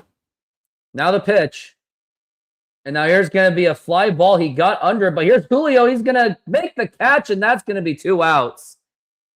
Gilbert's probably going to have to go a little bit more than that. So that way, everyone is fresh going into tomorrow to close the series. But I have a feeling, I have a suspicion that if the Mariners win this series, I think they're going to be a little bit more loose about how they approach tomorrow. Because if they win the series, I mean, what are they really going to do? Like, I think they're still going to have their hitters play. And now here is Paredes up to the plate. Now the pitch. And that's going to be up high for a ball. Like, do you have your... I mean, you're not going to have a bullpen day tomorrow, I can tell you that. But I think they're just going to have their starters. They're going to have their starter go at least 7 innings, what I would think, regardless of the pitch count possibly. And now the 1-0. And that's going to be up and in for a ball. That's going to be 2-0.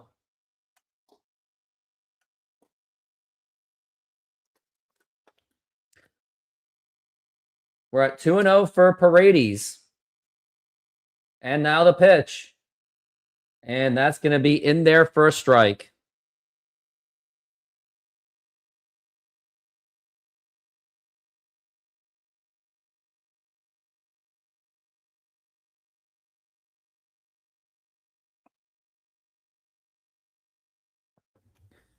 We're at 2-1. And now the pitch. And now here's going to be a liner, and that is going to be a base hit. And Isaac Paredes gets on base with a hit.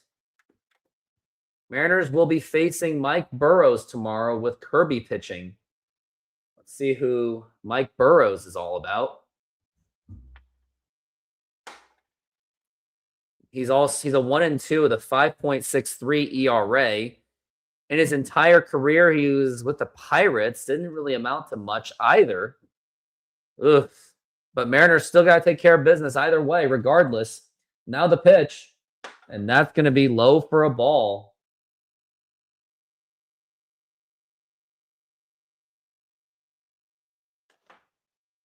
Christian Walker is now up to the plate.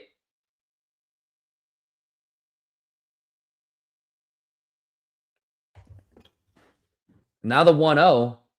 Swing and a miss, and that's going to be strike one.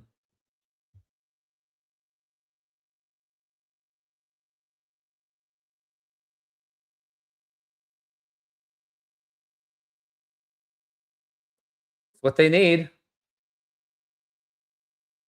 2 outs.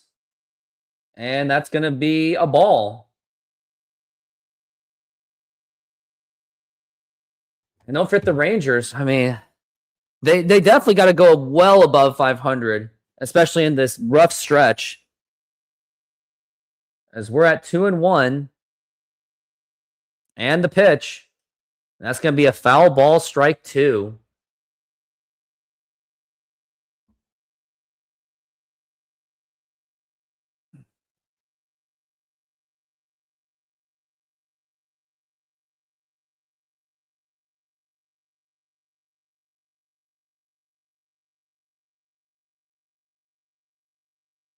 Now we're at 2-2.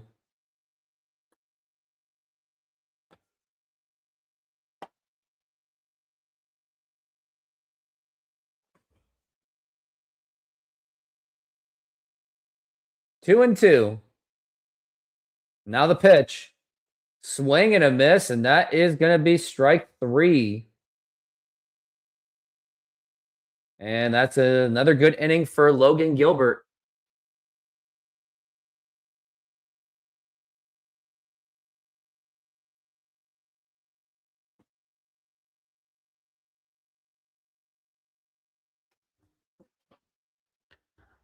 The Rangers and A's homestand has to be 4-2 minimum. Absolutely.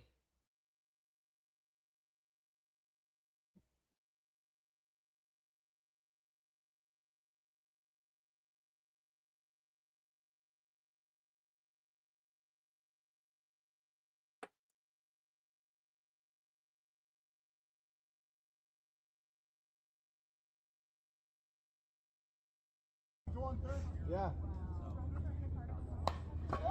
Nice job.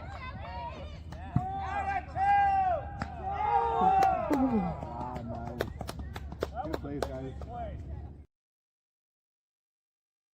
Well, that was a play that I made in 2024. That's when I made the amazing acrobatic double play.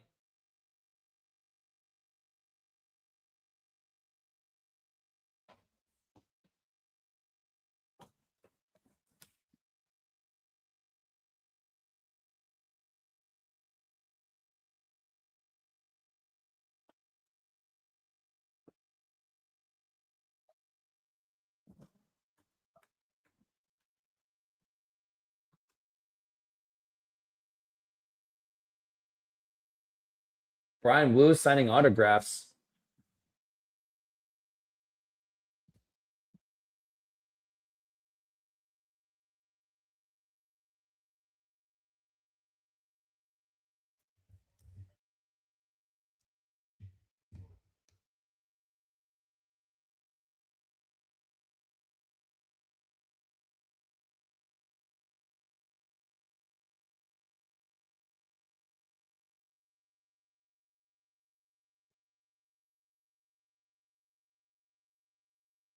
And here's Julio Rodriguez up to the plate.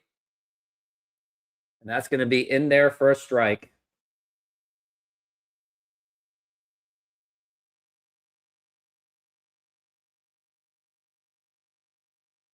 Now the pitch.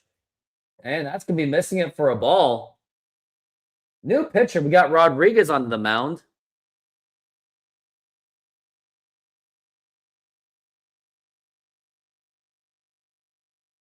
And that's going to be popped up. And nothing going to be doing there. And he makes the catch.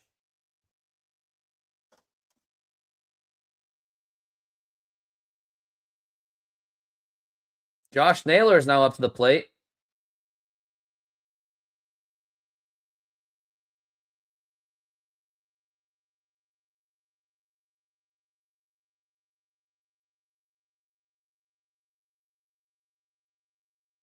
Now the pitch.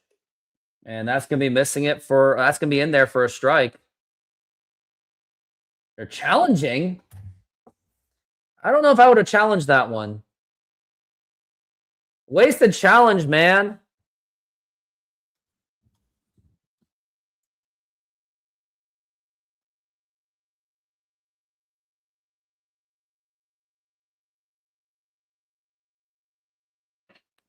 Now we're at 0-1.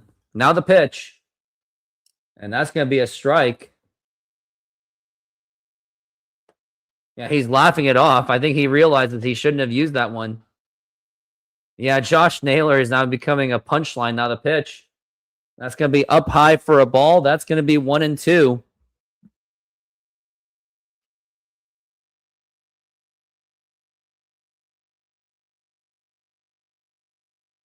Now we're at 1-2, the pitch. And that's going to be a ball.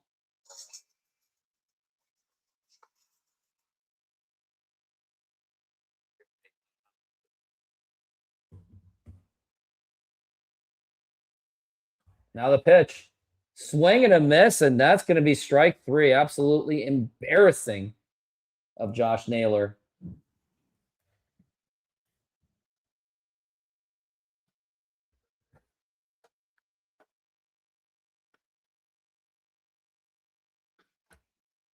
Ty France homered, huh? Now the pitch. And that's going to be low for a ball.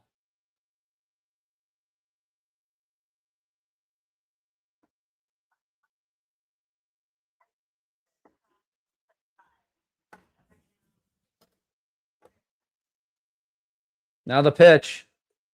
And that's going to be a strike.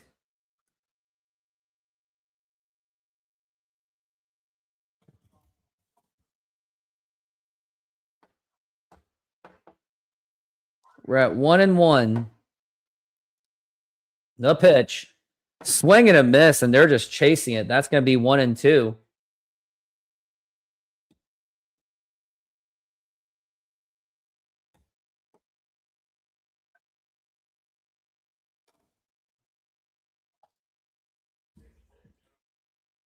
Now at 1-2. That's going to be 2-2.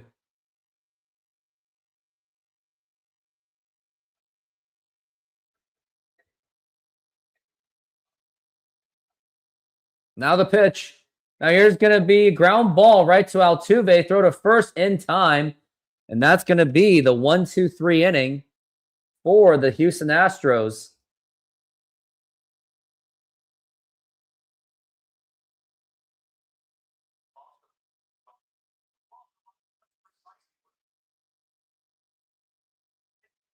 Oh boy. Although the Mariners are up 4-0, but watching Josh Naylor collapse like this is completely just concerning.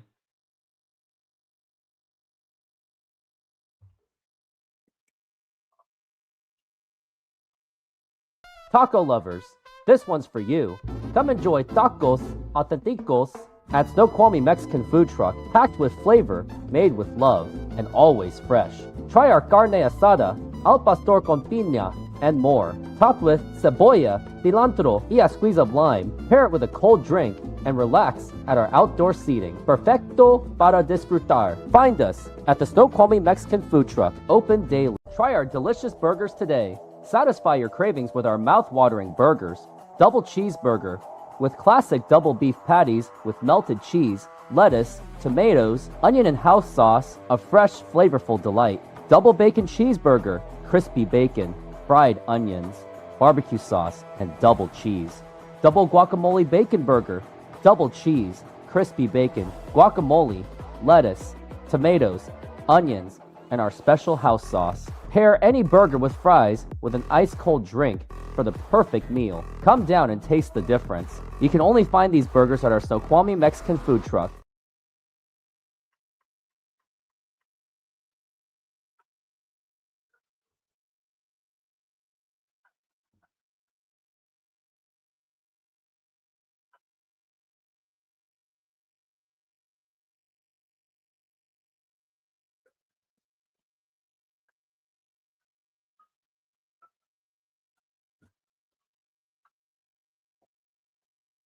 And we are back from the break.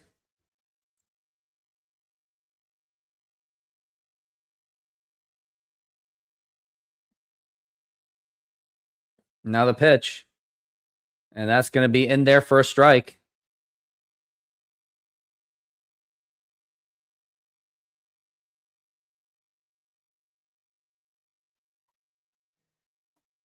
Now we're at now the pitch. And that's going to be low for a ball.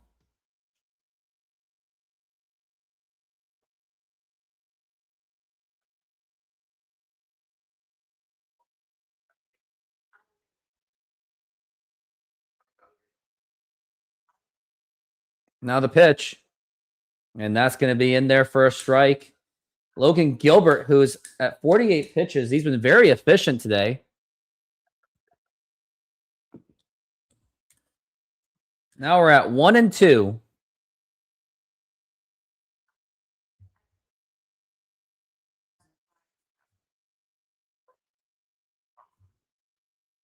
Now the pitch.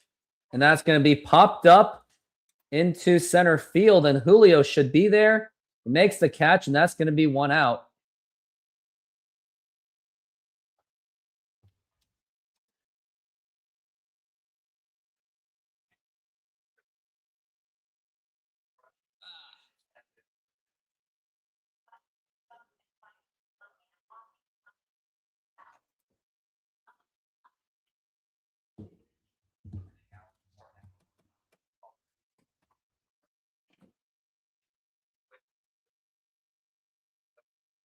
Now the pitch.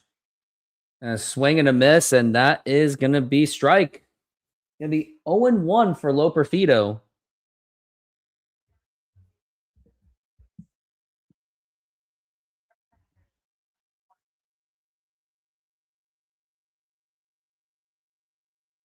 The 0-1. It's going to be low for a ball.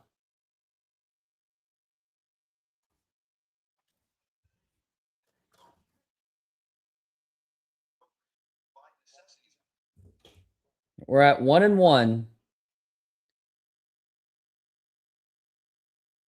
And now the pitch. Now here's going to be ground ball. Nice stop by Cole Young. Throw to first. That's going to be in time, and that's going to be 2 away.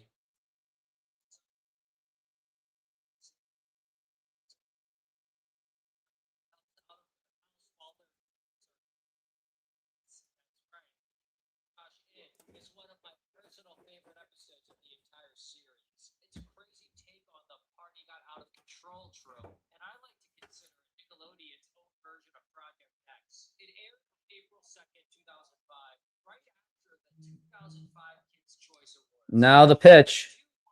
And that's going to be a foul ball.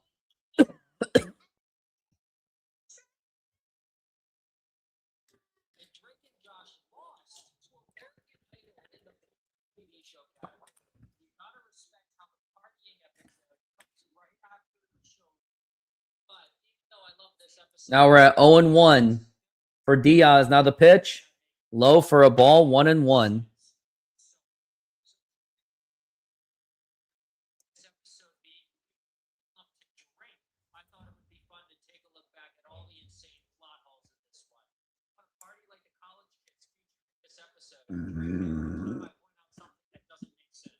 Now the 1-1.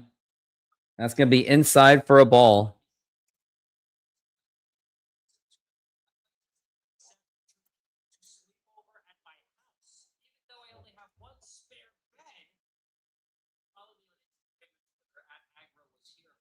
Now the pitch. Check swing. Did he go? He did not go. That's going to be 3-1 for Diaz.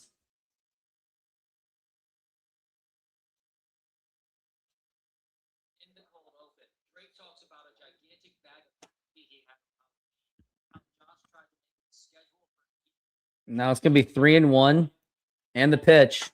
Now here's going to be a liner to left field, and that actually could be, oh, that is gone. That is a home run for Yainer Diaz. That is his first home run of the season, and the Astros get themselves on the board. It is the Mariners 4 and the Astros 1. Kind of wonder if Randy Arozarena should have made that attempt to make the catch, but he just let it go over his head. But to be fair, it went really, really fast. They're showing the replay.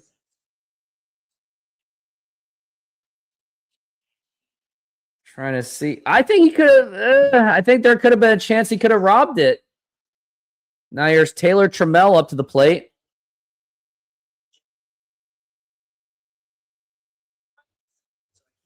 And now the pitch. And that's going to be check swing. He does go through it, and that's going to be a strike.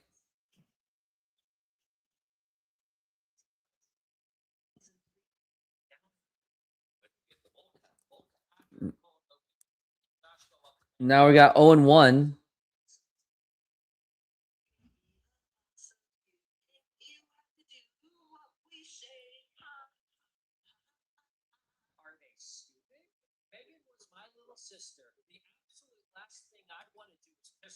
Now the 0-1. And that's going to be a strike.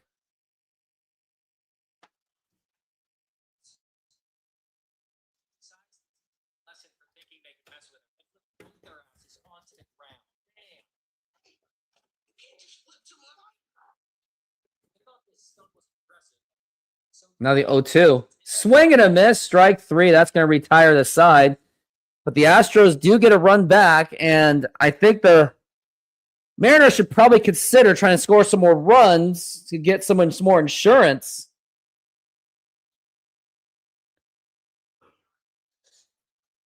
Ugh. Oh, man.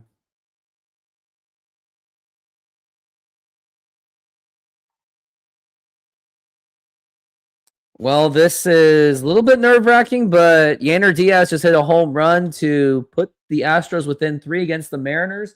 Mariners better come up with some insurance.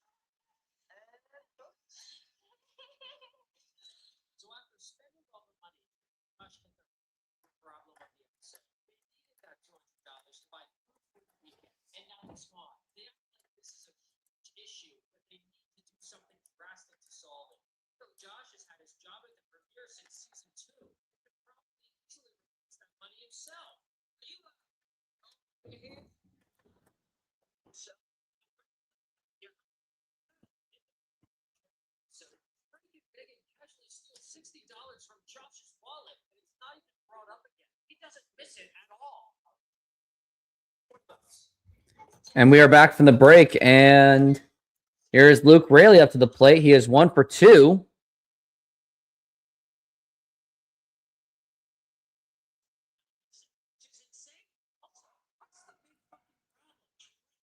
Oh and 1. Now here's going to be a liner, and that is going to be a base hit. And that's going to be runner on first base as Luke Raley. Looks like the Astros put in... No, they still have their last pitcher. It was from last inning.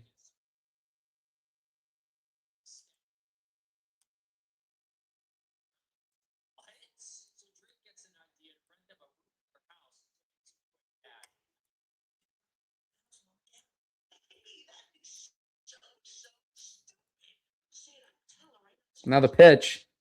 And that's going to be low for a ball.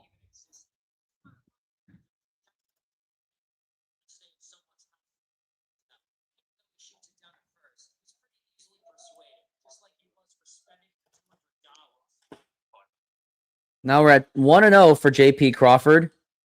And the throw back to first. And that's going to be not in time.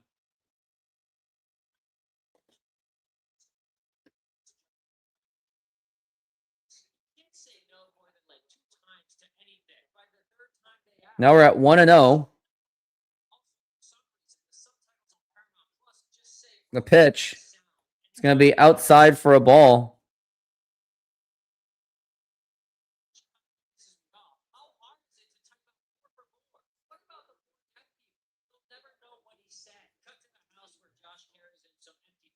We're at 2-0. Now the pitch.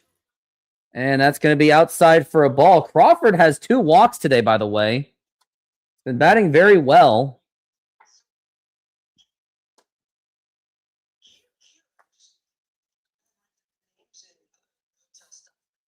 So now the 3-0. And ball 4, take your base.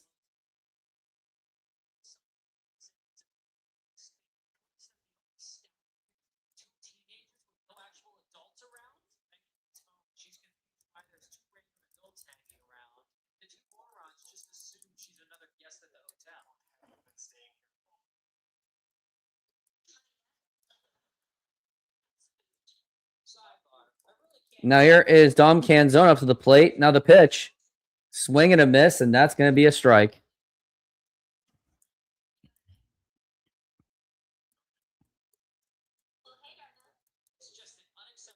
It's going to be 0-1 for Dom Canzone. Got men on first and second, and now the pitch is going to go for the bunt, and that's going to be a strike. It's going to be 0-2 for Dom Canzone.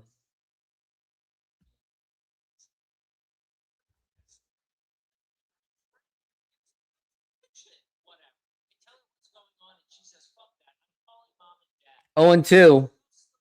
And that's going to be outside for a ball. Ball 1.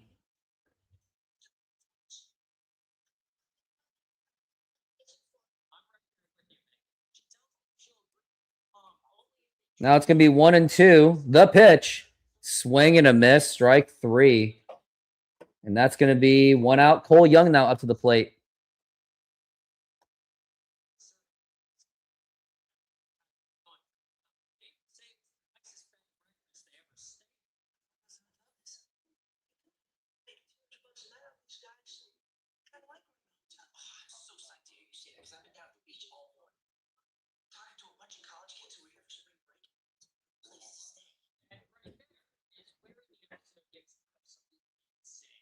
Now it's going to be 1-0 for Cole Young.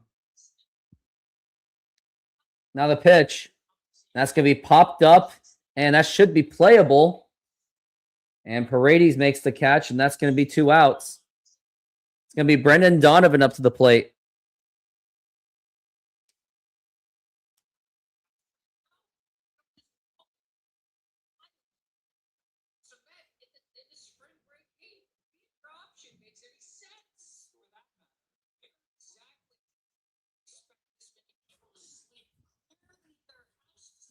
Now the pitch, and that's going to be a ball.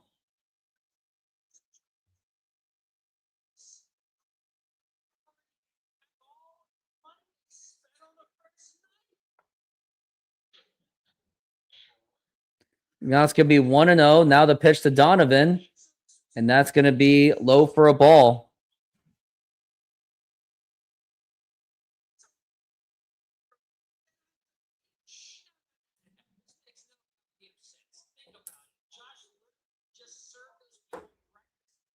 Now the pitch.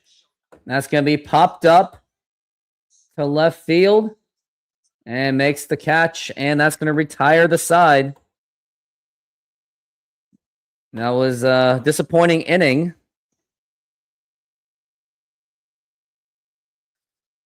Ugh, wasted inning for the Mariners. A wasted inning for the Mariners. Had runners on first and second, and the Mariners couldn't come up with anything. It's getting dangerous because Astros offense is still formidable.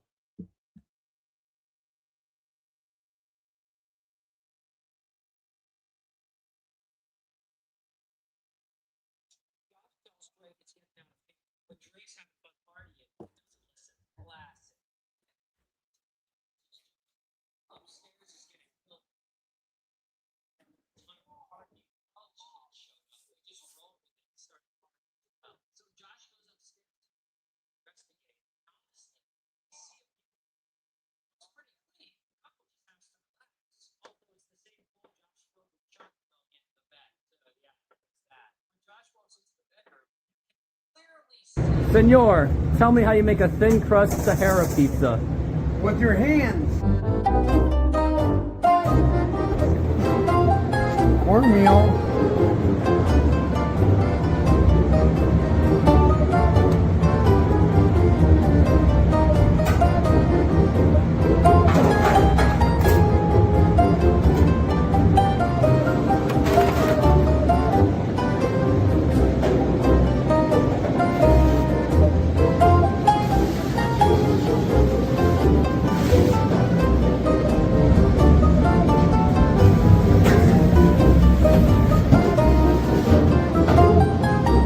Hello, baseball fans. I'm excited to announce that we are still offering 50% off pizza and 25% off bowling Monday and Tuesdays. Head on over to Snoqualmie Sahara Pizza. This deal will go through May. And that's how you make a Sahara pizza. Beautiful thin crust.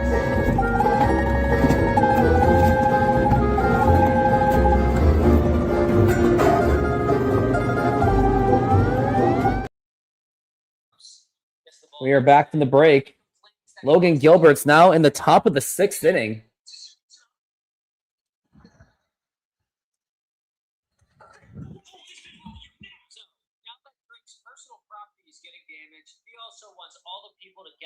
Now the pitch. Now check swing. Did he go? He did not go. It's going to be 1-1.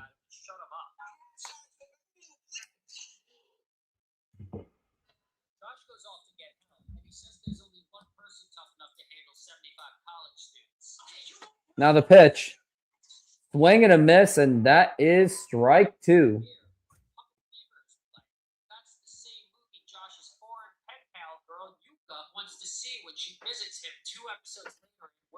Now we're at 1-2 for Allen, Nick Allen.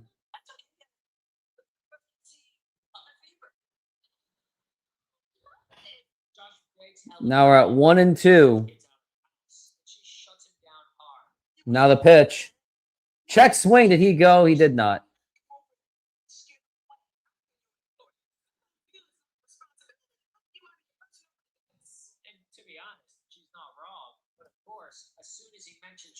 Now we're at 2-2.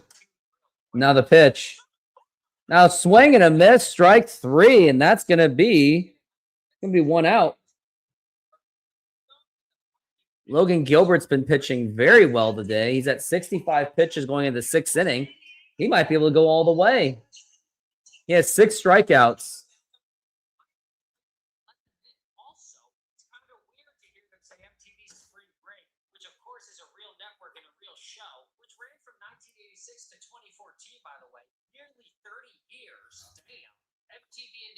Are both owned by Viacom, so I guess technically they're allowed to name drop each other. Now the pitch. And that's going to be inside for a ball.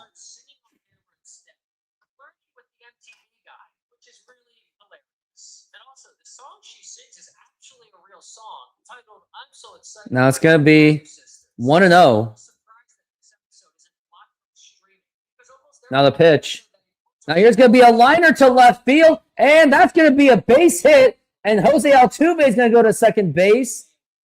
And that is going to be, oh boy, it's going to be runner on second base with just 1 out. Now you have Yordan Alvarez up to the plate. And with 1 swing at the bat, this could be a 1-run ball game. Is he slow? How does Walter not recognize his own living room on TV? Just because it's full of people and the camera uses some slanted angles, does that mean a person shouldn't recognize their own damn house? Audrey thinks maybe that's their living room on the TV, but she isn't sure. At least she sort of recognizes it. But before she said anything, Walter was even a little suspicious. Here's Alvarez, and that is going to be outside for a ball.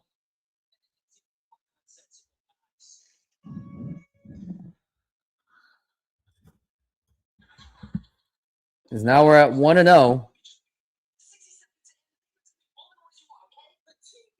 1-0. And that's going to be 2-0.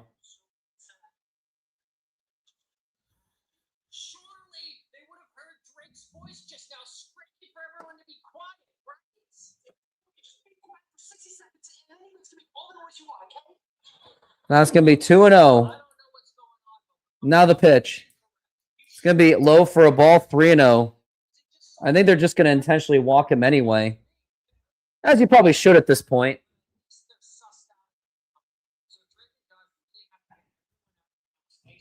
No, I would maybe just walk him. Now the 3-1. And ball 4, take your base. And now you've got the tying run at the plate for Isaac Paredes, but you can get out of it with a double play. And this is where Gilbert's starting to struggle a little bit. Maybe get the bullpen going, but who are you going to warm up, though?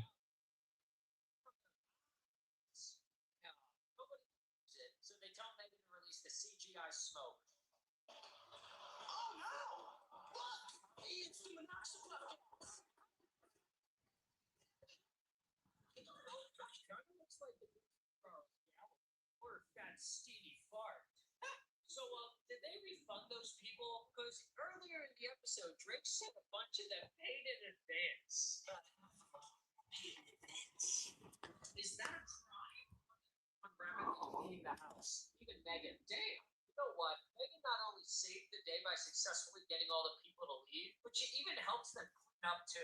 And she plays along when mom and dad come through the door, acting like none of it ever happened. And they were just now it's the whole time. She's a Isaac Paredes up to the plate.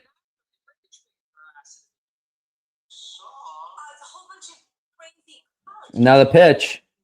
And that's going to be in there for a strike.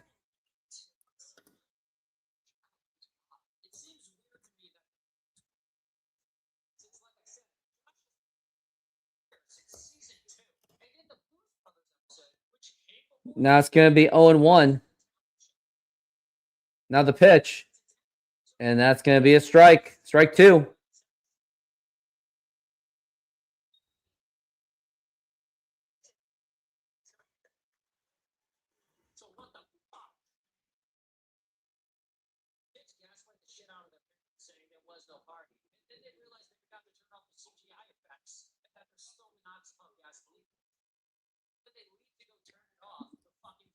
Now the 0-2. Now here's going to be a ground ball. Could be a double play ball. Here's Donovan, the third, go to first. And that's going to be in time for the double play. And that's going to retire the side. Nice play by Brendan Donovan. And the Mariners get themselves out of a jam. And we're going to go into the bottom of the 6th inning.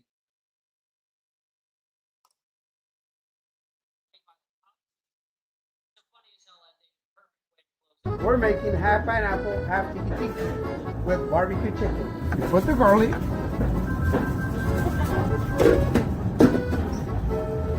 Put the pineapple on the whole pizza. Remember, they want half pineapple, and the one is going to be tiki tiki. Tiki tiki with pineapple, garlic, feta cheese, artichoke hearts.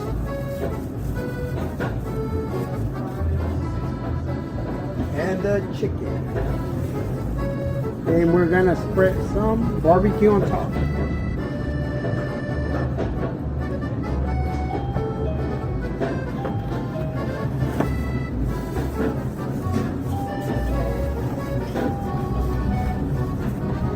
And it's ready. Put it on the oven. Let it run. Hello, baseball fans. I'm excited to announce that we are still offering 50% off pizza and 25% off bowling Monday and Tuesdays. Head on over to Snoqualmie Sahara Pizza. This deal will go through May. It's going through all year. Oh.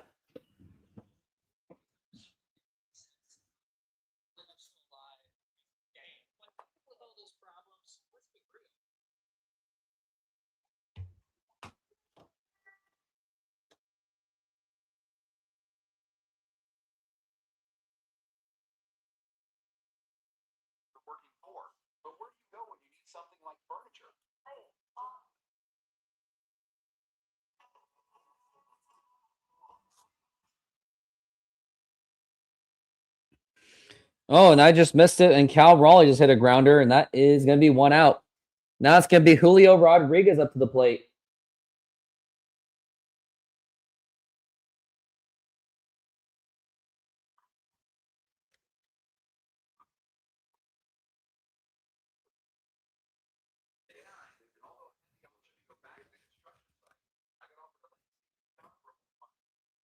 Now the pitch. And that's going to be 1-0.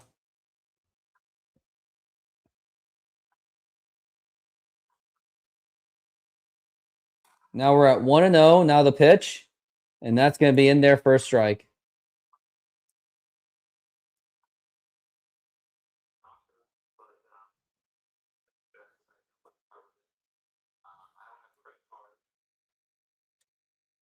Now the pitch. Now here's going to be a ground ball. And that's going to be a base hit. And Julio Rodriguez gets to first base. He was thinking about going to second, but he would not.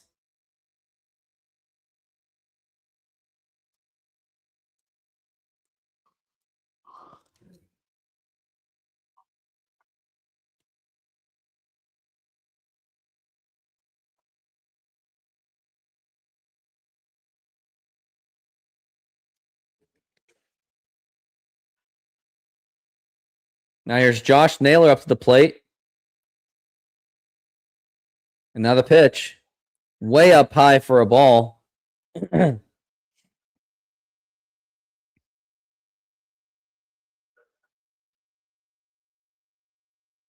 We got 1-0. And a throwback to first and not in time.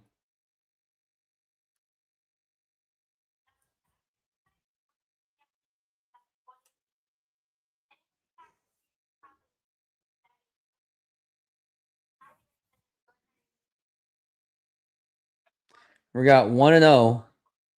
Now the pitch. Low for a ball.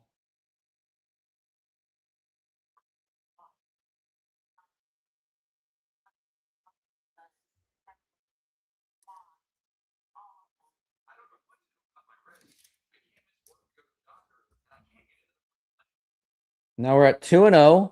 And now the pitch. Oh, and that hits him. And he's going to first base.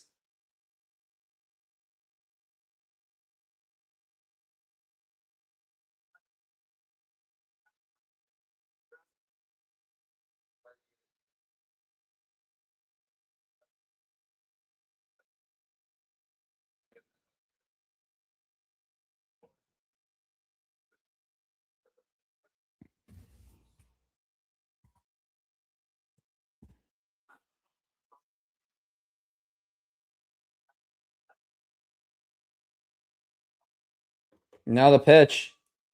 Oh, a swing, and a terrible swing by Randy Arozarena, and that's going to be strike one.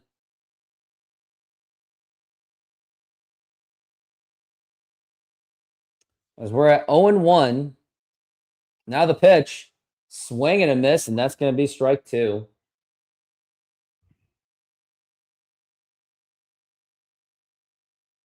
Now we're at 0-2. Now the pitch. Now here's going to be a liner to right field, and that's going to be a base hit. And here comes the runner, Julio Rodriguez, throw the plate, and he is in time. He was out by a mile. They were just trying to get a little too aggressive there. I thought Cam Smith was going to have it on the money anyway. And now he's still got runners on first and third, but it is going to be 2 outs. Now you're going to have Luke Raley up to the plate.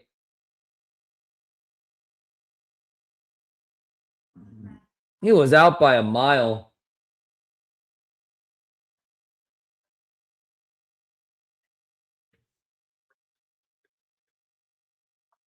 Oh, he may have missed the tag, so I think they're going to challenge it.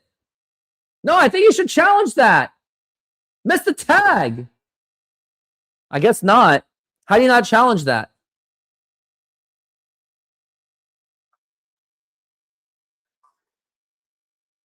Now the pitch. Or it's going to be throwback to first.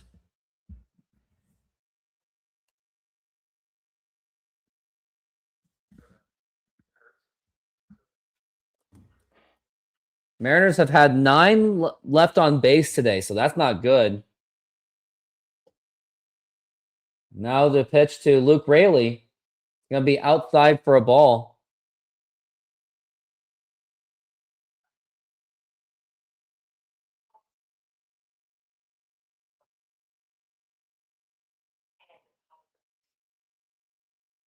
It's going to be 1-0 for Rayleigh, the pitch. Now here's going to be a liner to right field, and that's going to be a base hit. That's going to bring in Josh Naylor, and that should be a double. And is Randy Arozarena still going to try to throw to the plate, and that's going to be not in time, and that's going to be 2 runs in on an RBI, 2 RBI double, triple by Luke Rayleigh. I am just in a jumble of words, and now the Mariners are up 6-1. They were able to make up for Julio getting out, and Randy Arozarena barely made it. And he was just running and running. His helmet flew off, too. And this has been a game without the home run. Nice hit by Luke Rayleigh. Randy Arozarena barely made it in time. I wonder if they're going to challenge the call, though. No, I think he still made it, but just barely so. And now that's going to be it. And now they're going to bring in a new pitcher.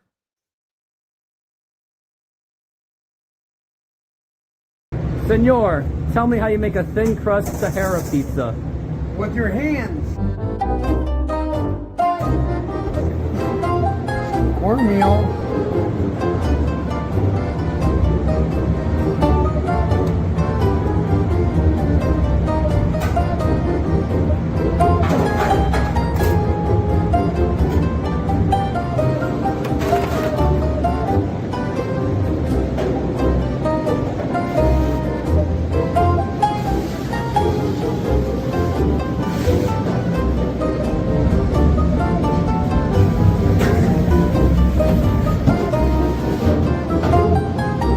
Hello, baseball fans. I'm excited to announce that we are still offering 50% off pizza and 25% off bowling Monday and Tuesdays.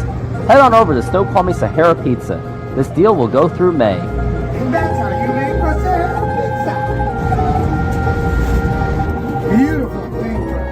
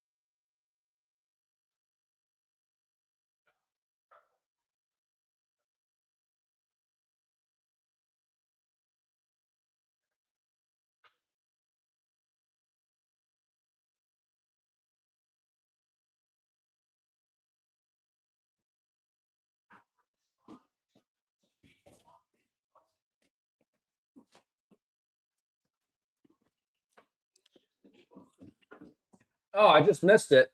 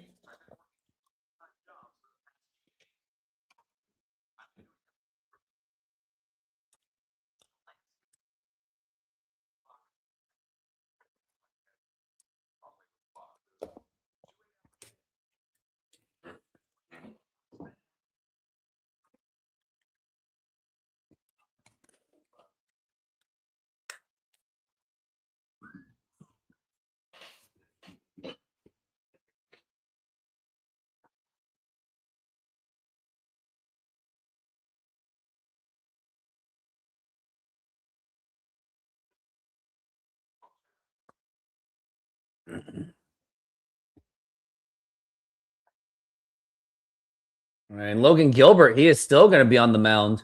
Now the pitch. That's going to be inside for a ball.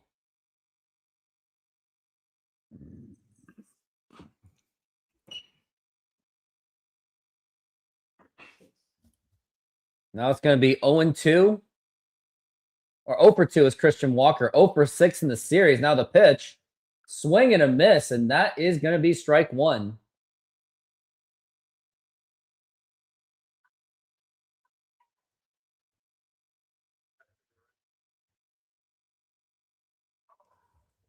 Now we're at 1-1. Now the pitch. And that's going to be a foul ball.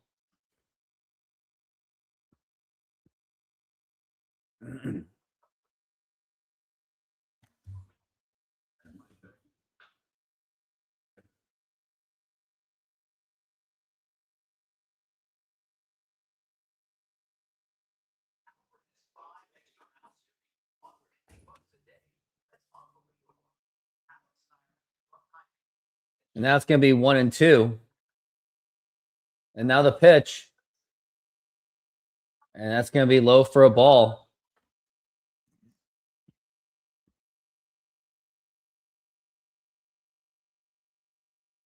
Now we're at 2-2.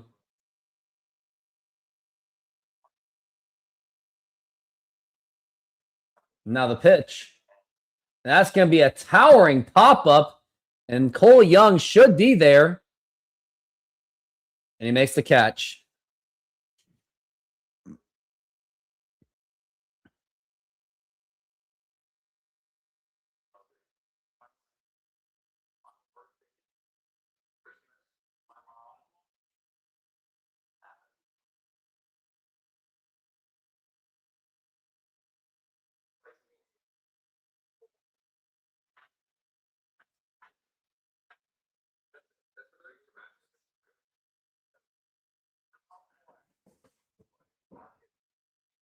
Now the pitch.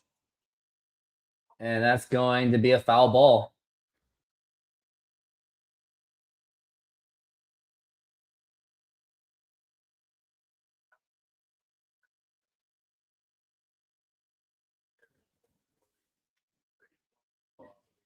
Now it's going to be 0-1. Now the pitch. Now it's going to be a ground ball to Donovan. It's fair. Now the throw to first.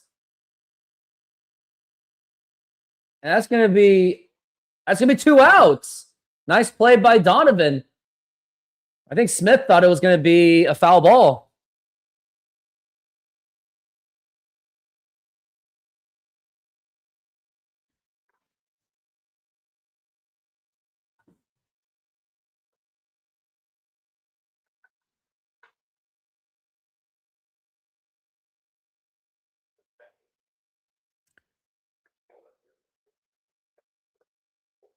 And now the pitch.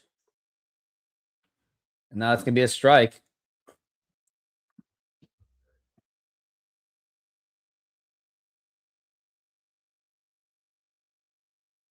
Now it's going to be 0-1.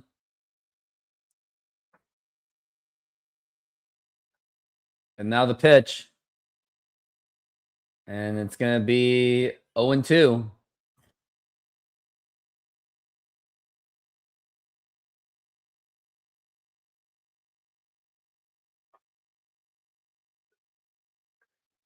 It's going to be 0-2 for Logan Gilbert, or for Loperfido, with 2 outs.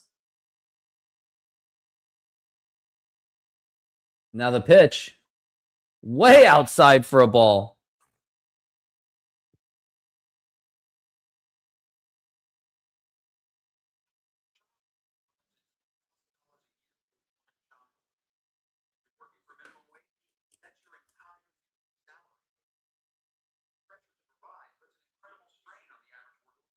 Now we're going to be at 1-2.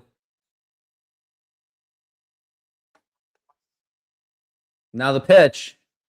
And a swing and a miss. Strike 3. What an inning for Logan Gilbert. What a game. He's on 84 pitches. I think he might have one more. And we're going to go into the 7th inning stretch. All right, everyone stand up or sing along with me. It is Take Me Out to the Ball Game. And actually, it's going to be God Bless America.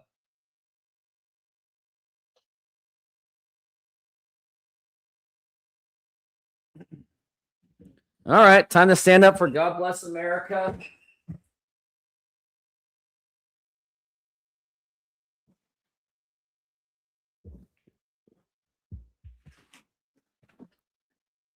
God bless America, land that I love. Stand beside her and guide her through the night with the light from above. From the mountains to the prairies to the oceans white with foam. God bless America, my home, sweet home. God bless America, my home, sweet home.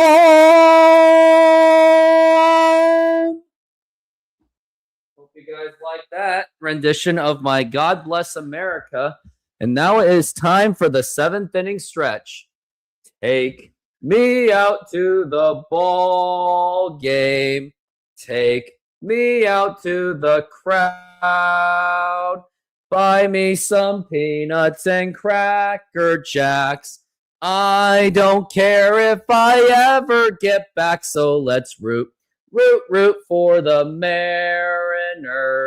If they don't win, it's a shame. It would be a shame because they have a 6-1 lead. 4, it's 1, 2, 3 strikes, you're out at the old ball game.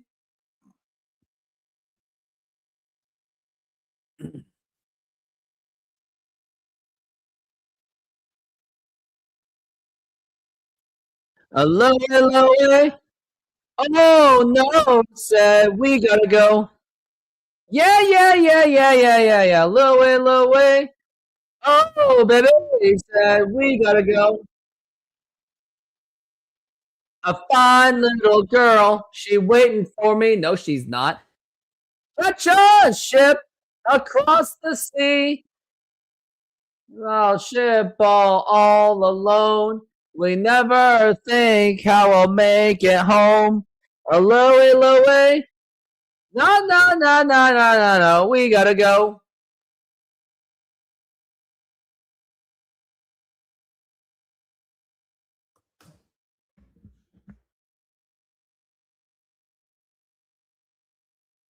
And we are back from the break.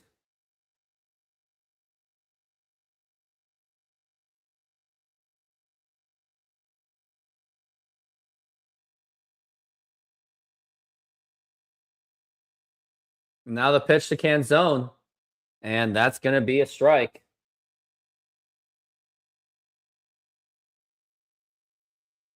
Canzone, who is 0 for 2. He hasn't contributed to anything on the offense so far this game. Now the pitch. And that's going to be popped up. And someone's got to be there. Taylor Trmell's there, and he makes the catch.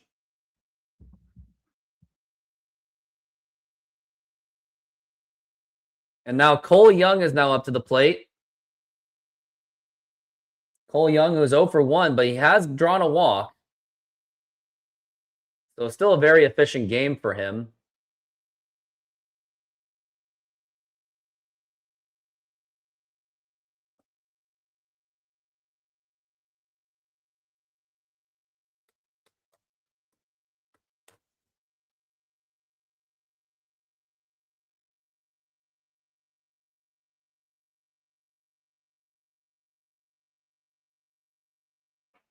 And now the pitch. And that's going to be a foul ball.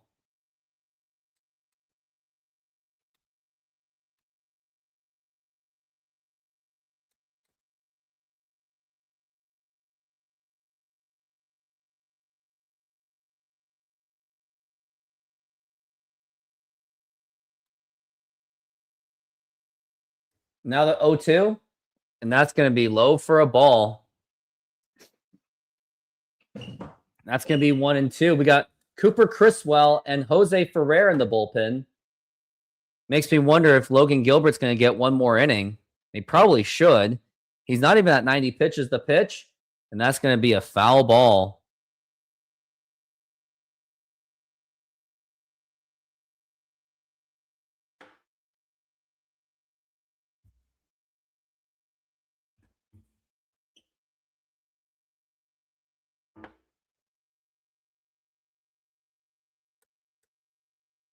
Now the pitch, up high for a ball.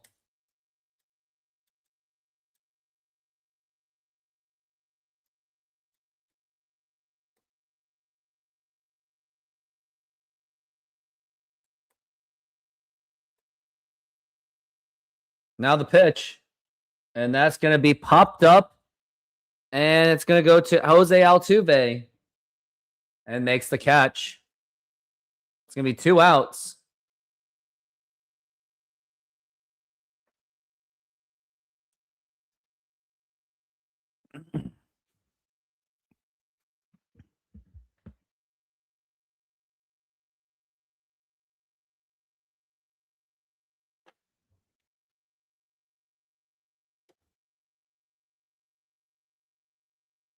And here is Brendan Donovan.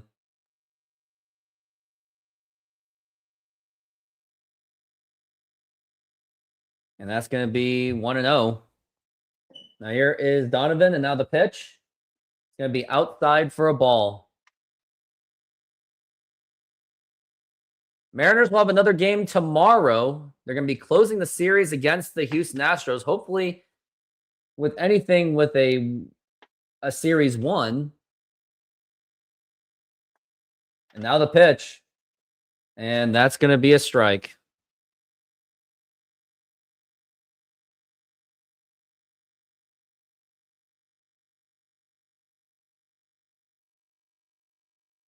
And now the pitch. And now it's going to be popped up. And he's going to make the catch.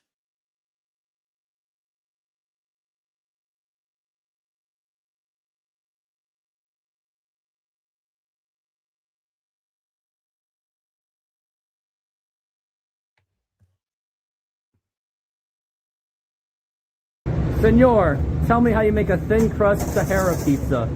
With your hands. Cornmeal.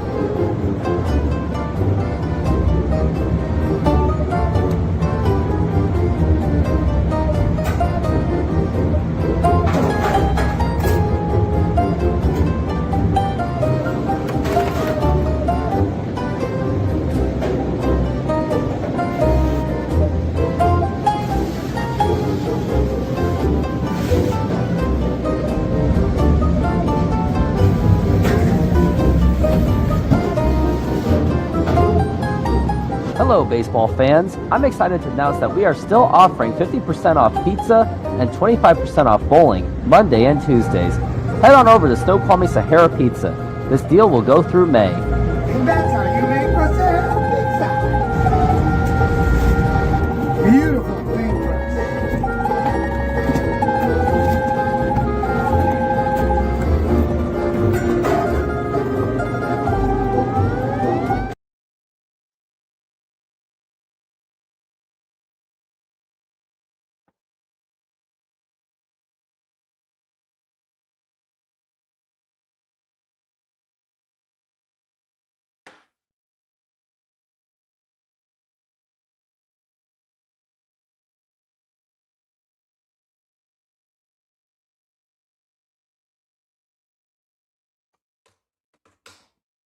And we are back from the break.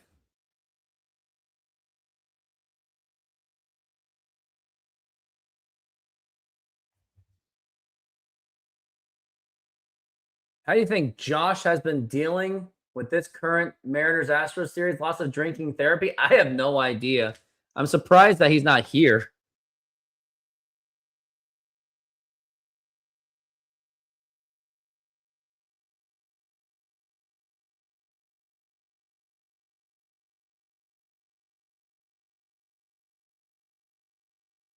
Oh, we got an Astro fan here. How's it going, Johnson? Now the pitch, and that's going to be outside for a ball.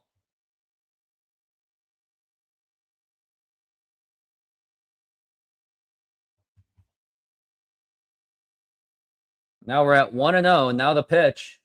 Now it's going to be a ground ball right to JP. The toss over the first, and that's going to be in time for the out.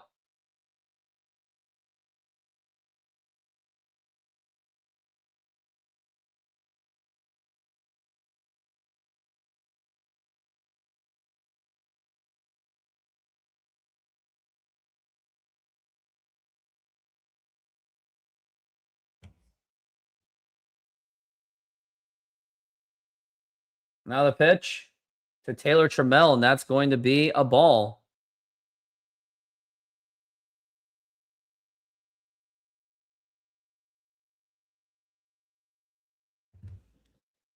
Yes, we do. We do let them in. And now the pitch. And that's going to be 1-1 for Taylor Trmell.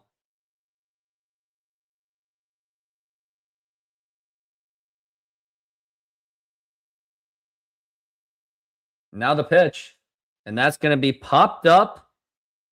And who's got it? Rosarena's got it, and he makes the catch.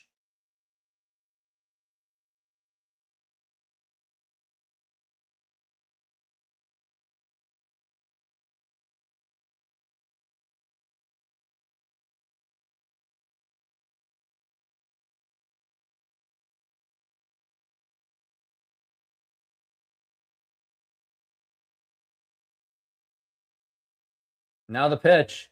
Now here's going to be a ground ball to Cole Young. Go to first. And that's going to be in time. Very easy inning so far for the Mariners. And that's going to be a 1-2-3 inning. He just blinked an eye so fast, and that is now going to retire the side. We're making half pineapple, half tiki tiki with barbecue chicken. You put the garlic.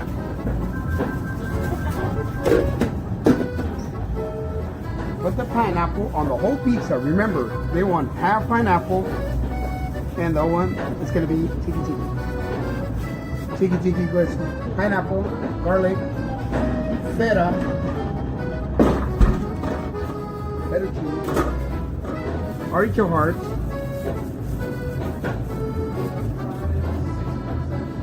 and the chicken. And we're going to spread some barbecue on top.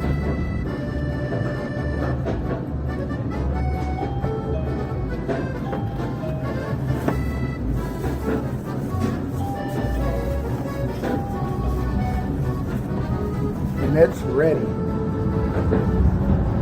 it on the oven. Let it run. Hello, baseball fans. I'm excited to announce that we are still offering 50% off pizza and 25% off bowling Monday and Tuesdays. Head on over to Snoqualmie Sahara Pizza. This deal will go through May.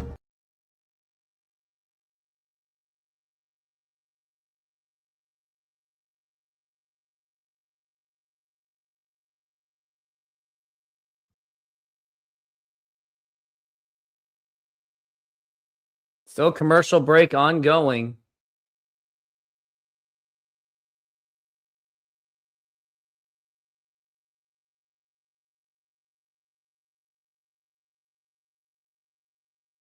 And we are back from the break.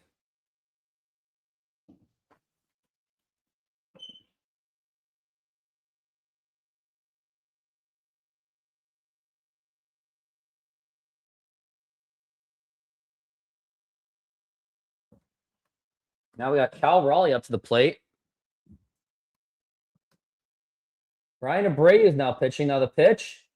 And that's going to be a swing and a miss, and that is strike one.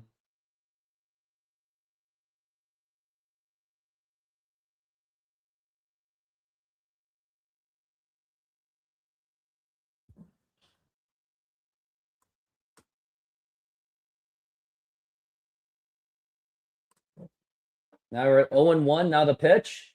Now here's going to be a liner, and that's going to be a foul. That's a laser right there.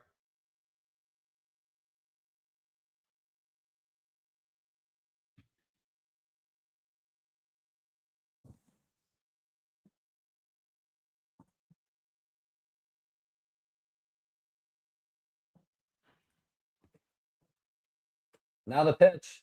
Way up high for a ball.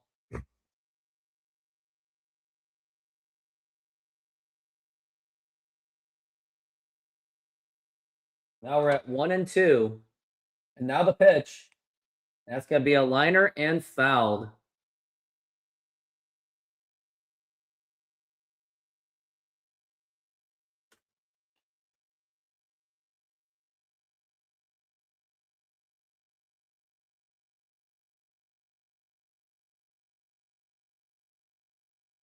That's going to be foul ball again.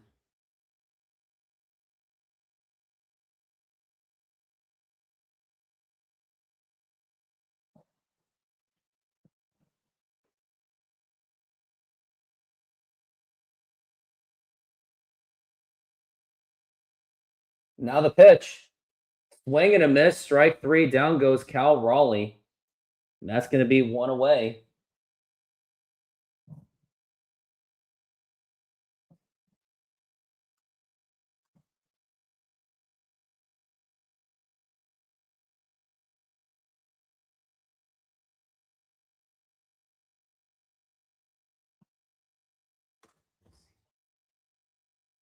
Now the pitch to Julio. And that's going to be a ball.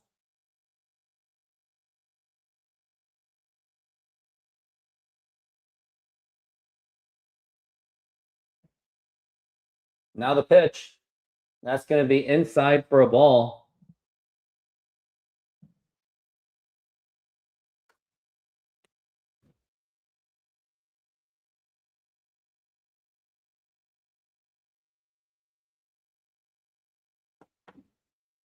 As we're at 2-0. Now the pitch, that's going to be a ground ball. That's going to get right through for a base hit as Julio Rodriguez will get to first base. And now we got Josh Naylor up to the plate to chance to do some more damage.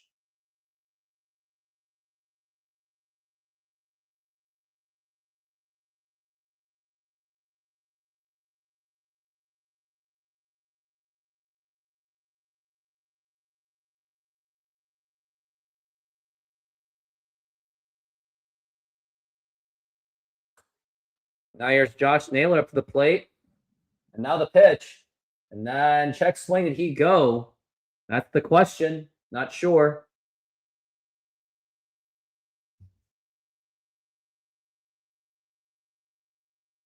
Naylor is now at the plate.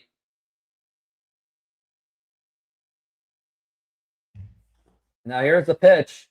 Now here's going to be a ground ball foul.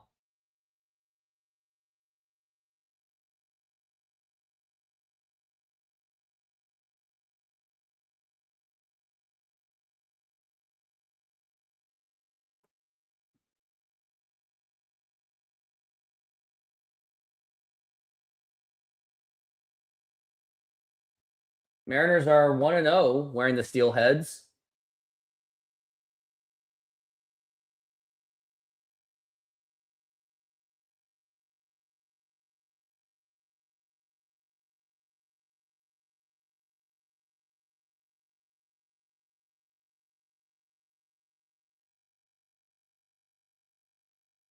And throw back to first, not in time.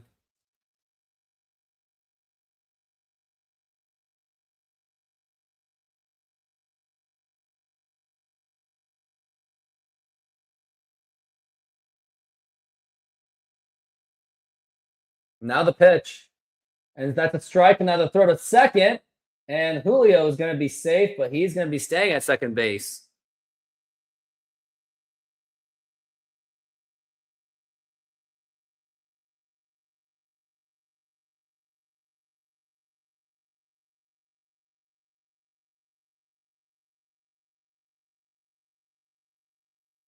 Now it's going to be 1-2 for Naylor.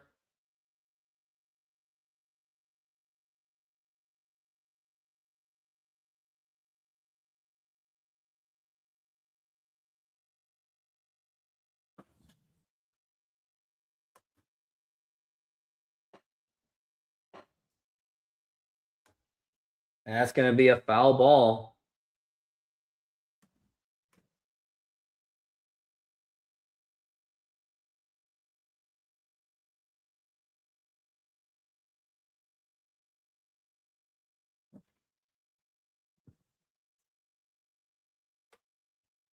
Now we're at 1-2. Now the pitch.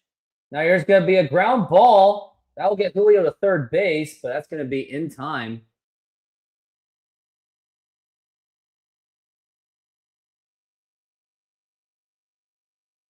Now it's Randy Arozarena up to the plate. Randy Arozarena is 3 for 4. He has a really big chance for a 4-hit game, they say.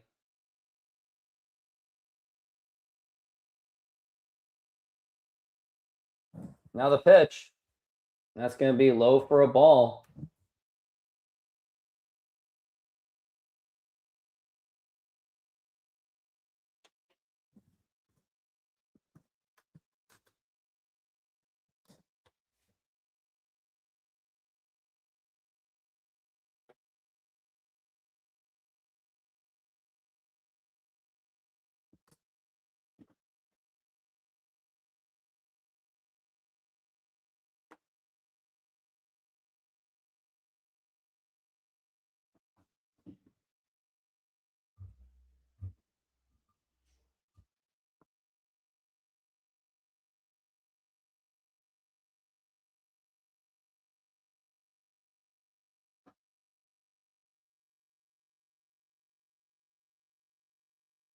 Now the pitch.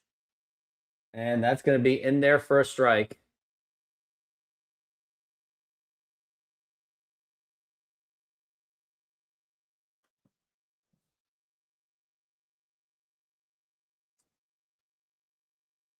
Now we're at 1-1. Now the pitch.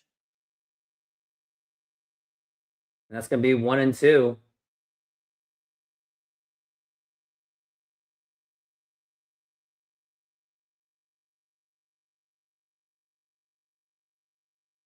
Julio is going to be at third base. Now the pitch. And here's going to be a ground ball. That's going to be a foul ball.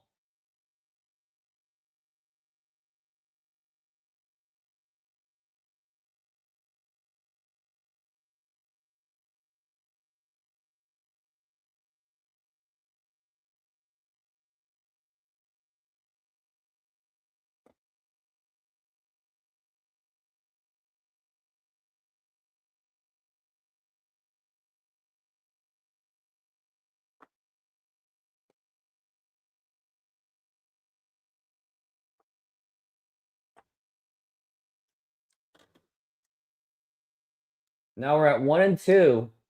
And now the pitch. And that's going to be just outside for a ball.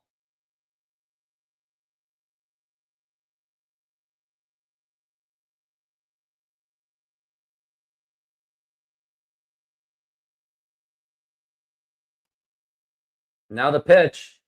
And that's going to be a foul ball.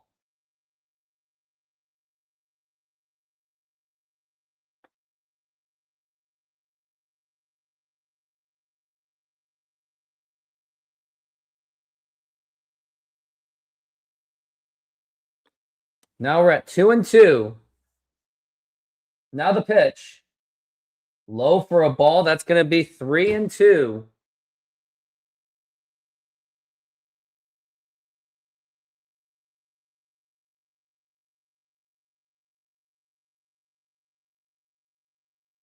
Eighth pitch is coming. Now the pitch. And that's going to be a foul ball.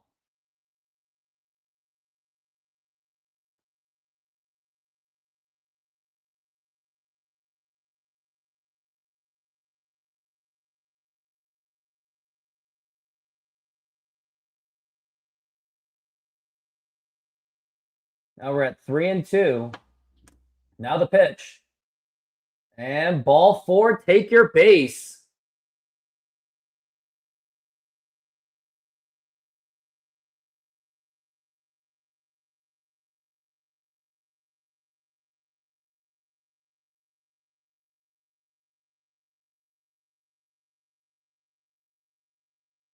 Now we got Luke Raley up to the plate, who was known for putting in the insurance runs.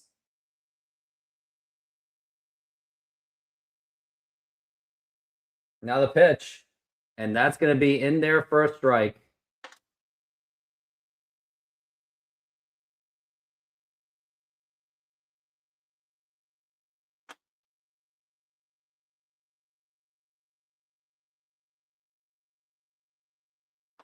Now we're at 0-1.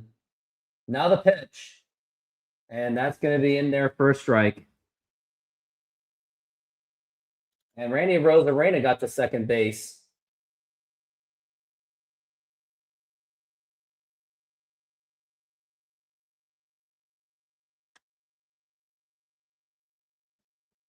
Now the pitch. Low for a ball.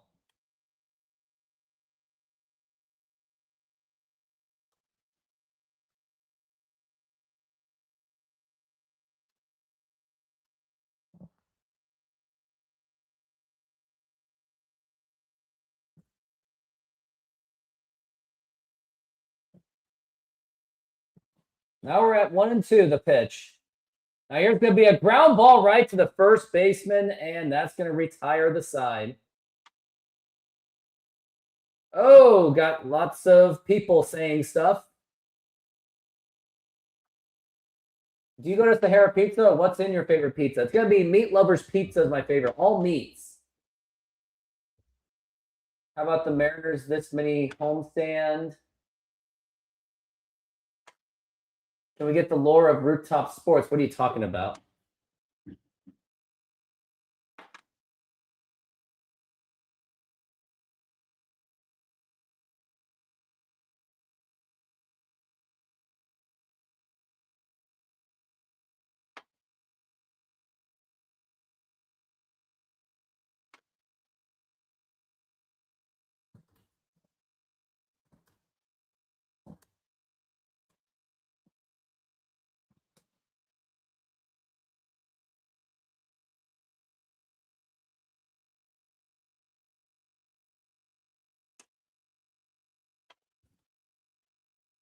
Ooh.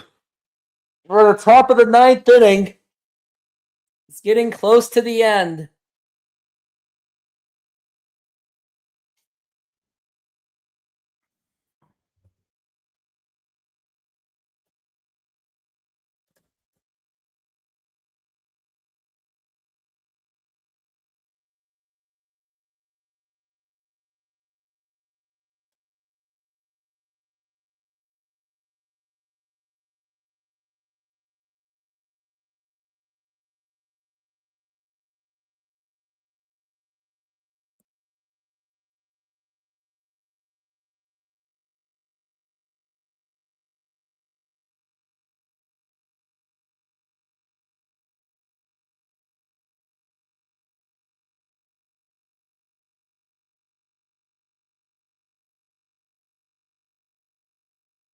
And we are back from the break. We've got the top of the 9th inning. Been a fantastic game for the Mariners, only giving up 4 hits.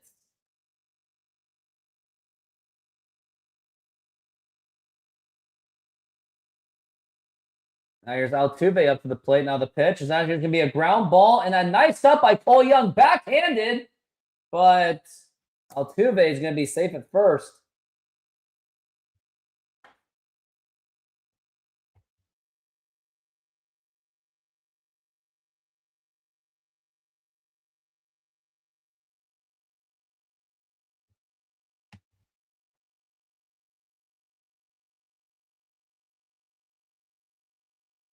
Now here is Yordan Alvarez up to the plate. Now the pitch. It's going to be inside for a ball.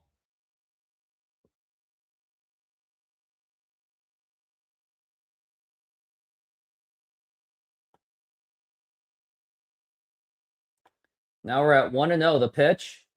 And that's going to be in there for a strike.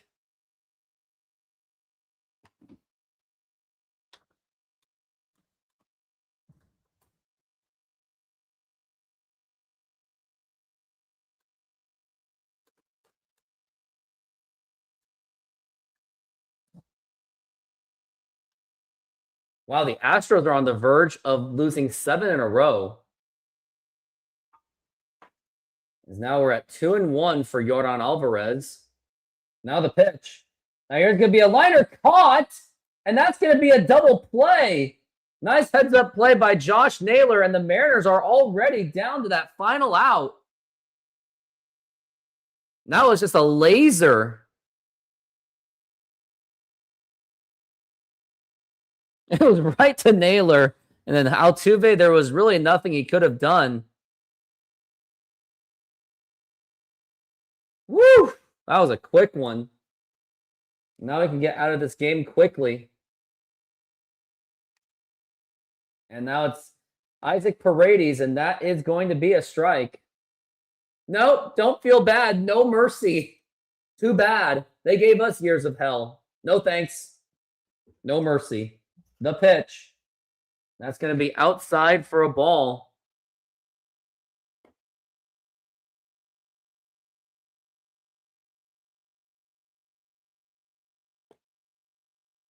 And now the pitch. Swing and a miss, and it's game time. Mariners are on the verge of winning the series. It was an amazing game for them. Didn't even have to hit home runs for it. They were playing the small ball very well. Lots of walks. Outstanding pitching by Logan Gilbert, who pitched 85, 7 strong innings. And now here is the pitch. And a swing and a miss, strike 3, and the ball game is over. The Mariners will win the series 3-0. They will have the opportunity to get the sweep tomorrow against the Houston Astros before they go to San Diego. Logan Gilbert with the win. I believe Cody Bolton with the loss. And I guess Criswell gets the hold. And what a game it was. Rosarena with an RBI single. Then Julio walked with the bases loaded. Cole Young walked with the bases loaded. Donovan with a sacrifice fly. Luke Raley doubled, and scored a Rosarena and Naylor. Raley to third. Well, that's gonna do it. I've got to take it. I gotta take off. I got some things to take care of. And everyone, thank you for being here. I'm expected to be back tomorrow for the Mariners game. Everyone, thank you. See you tomorrow, and go Mariners.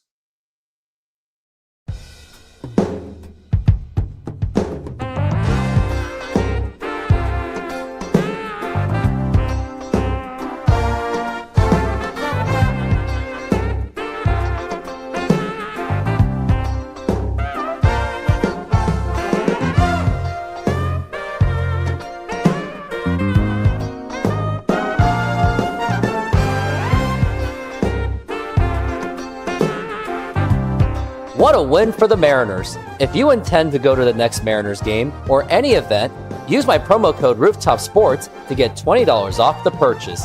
And go Mariners.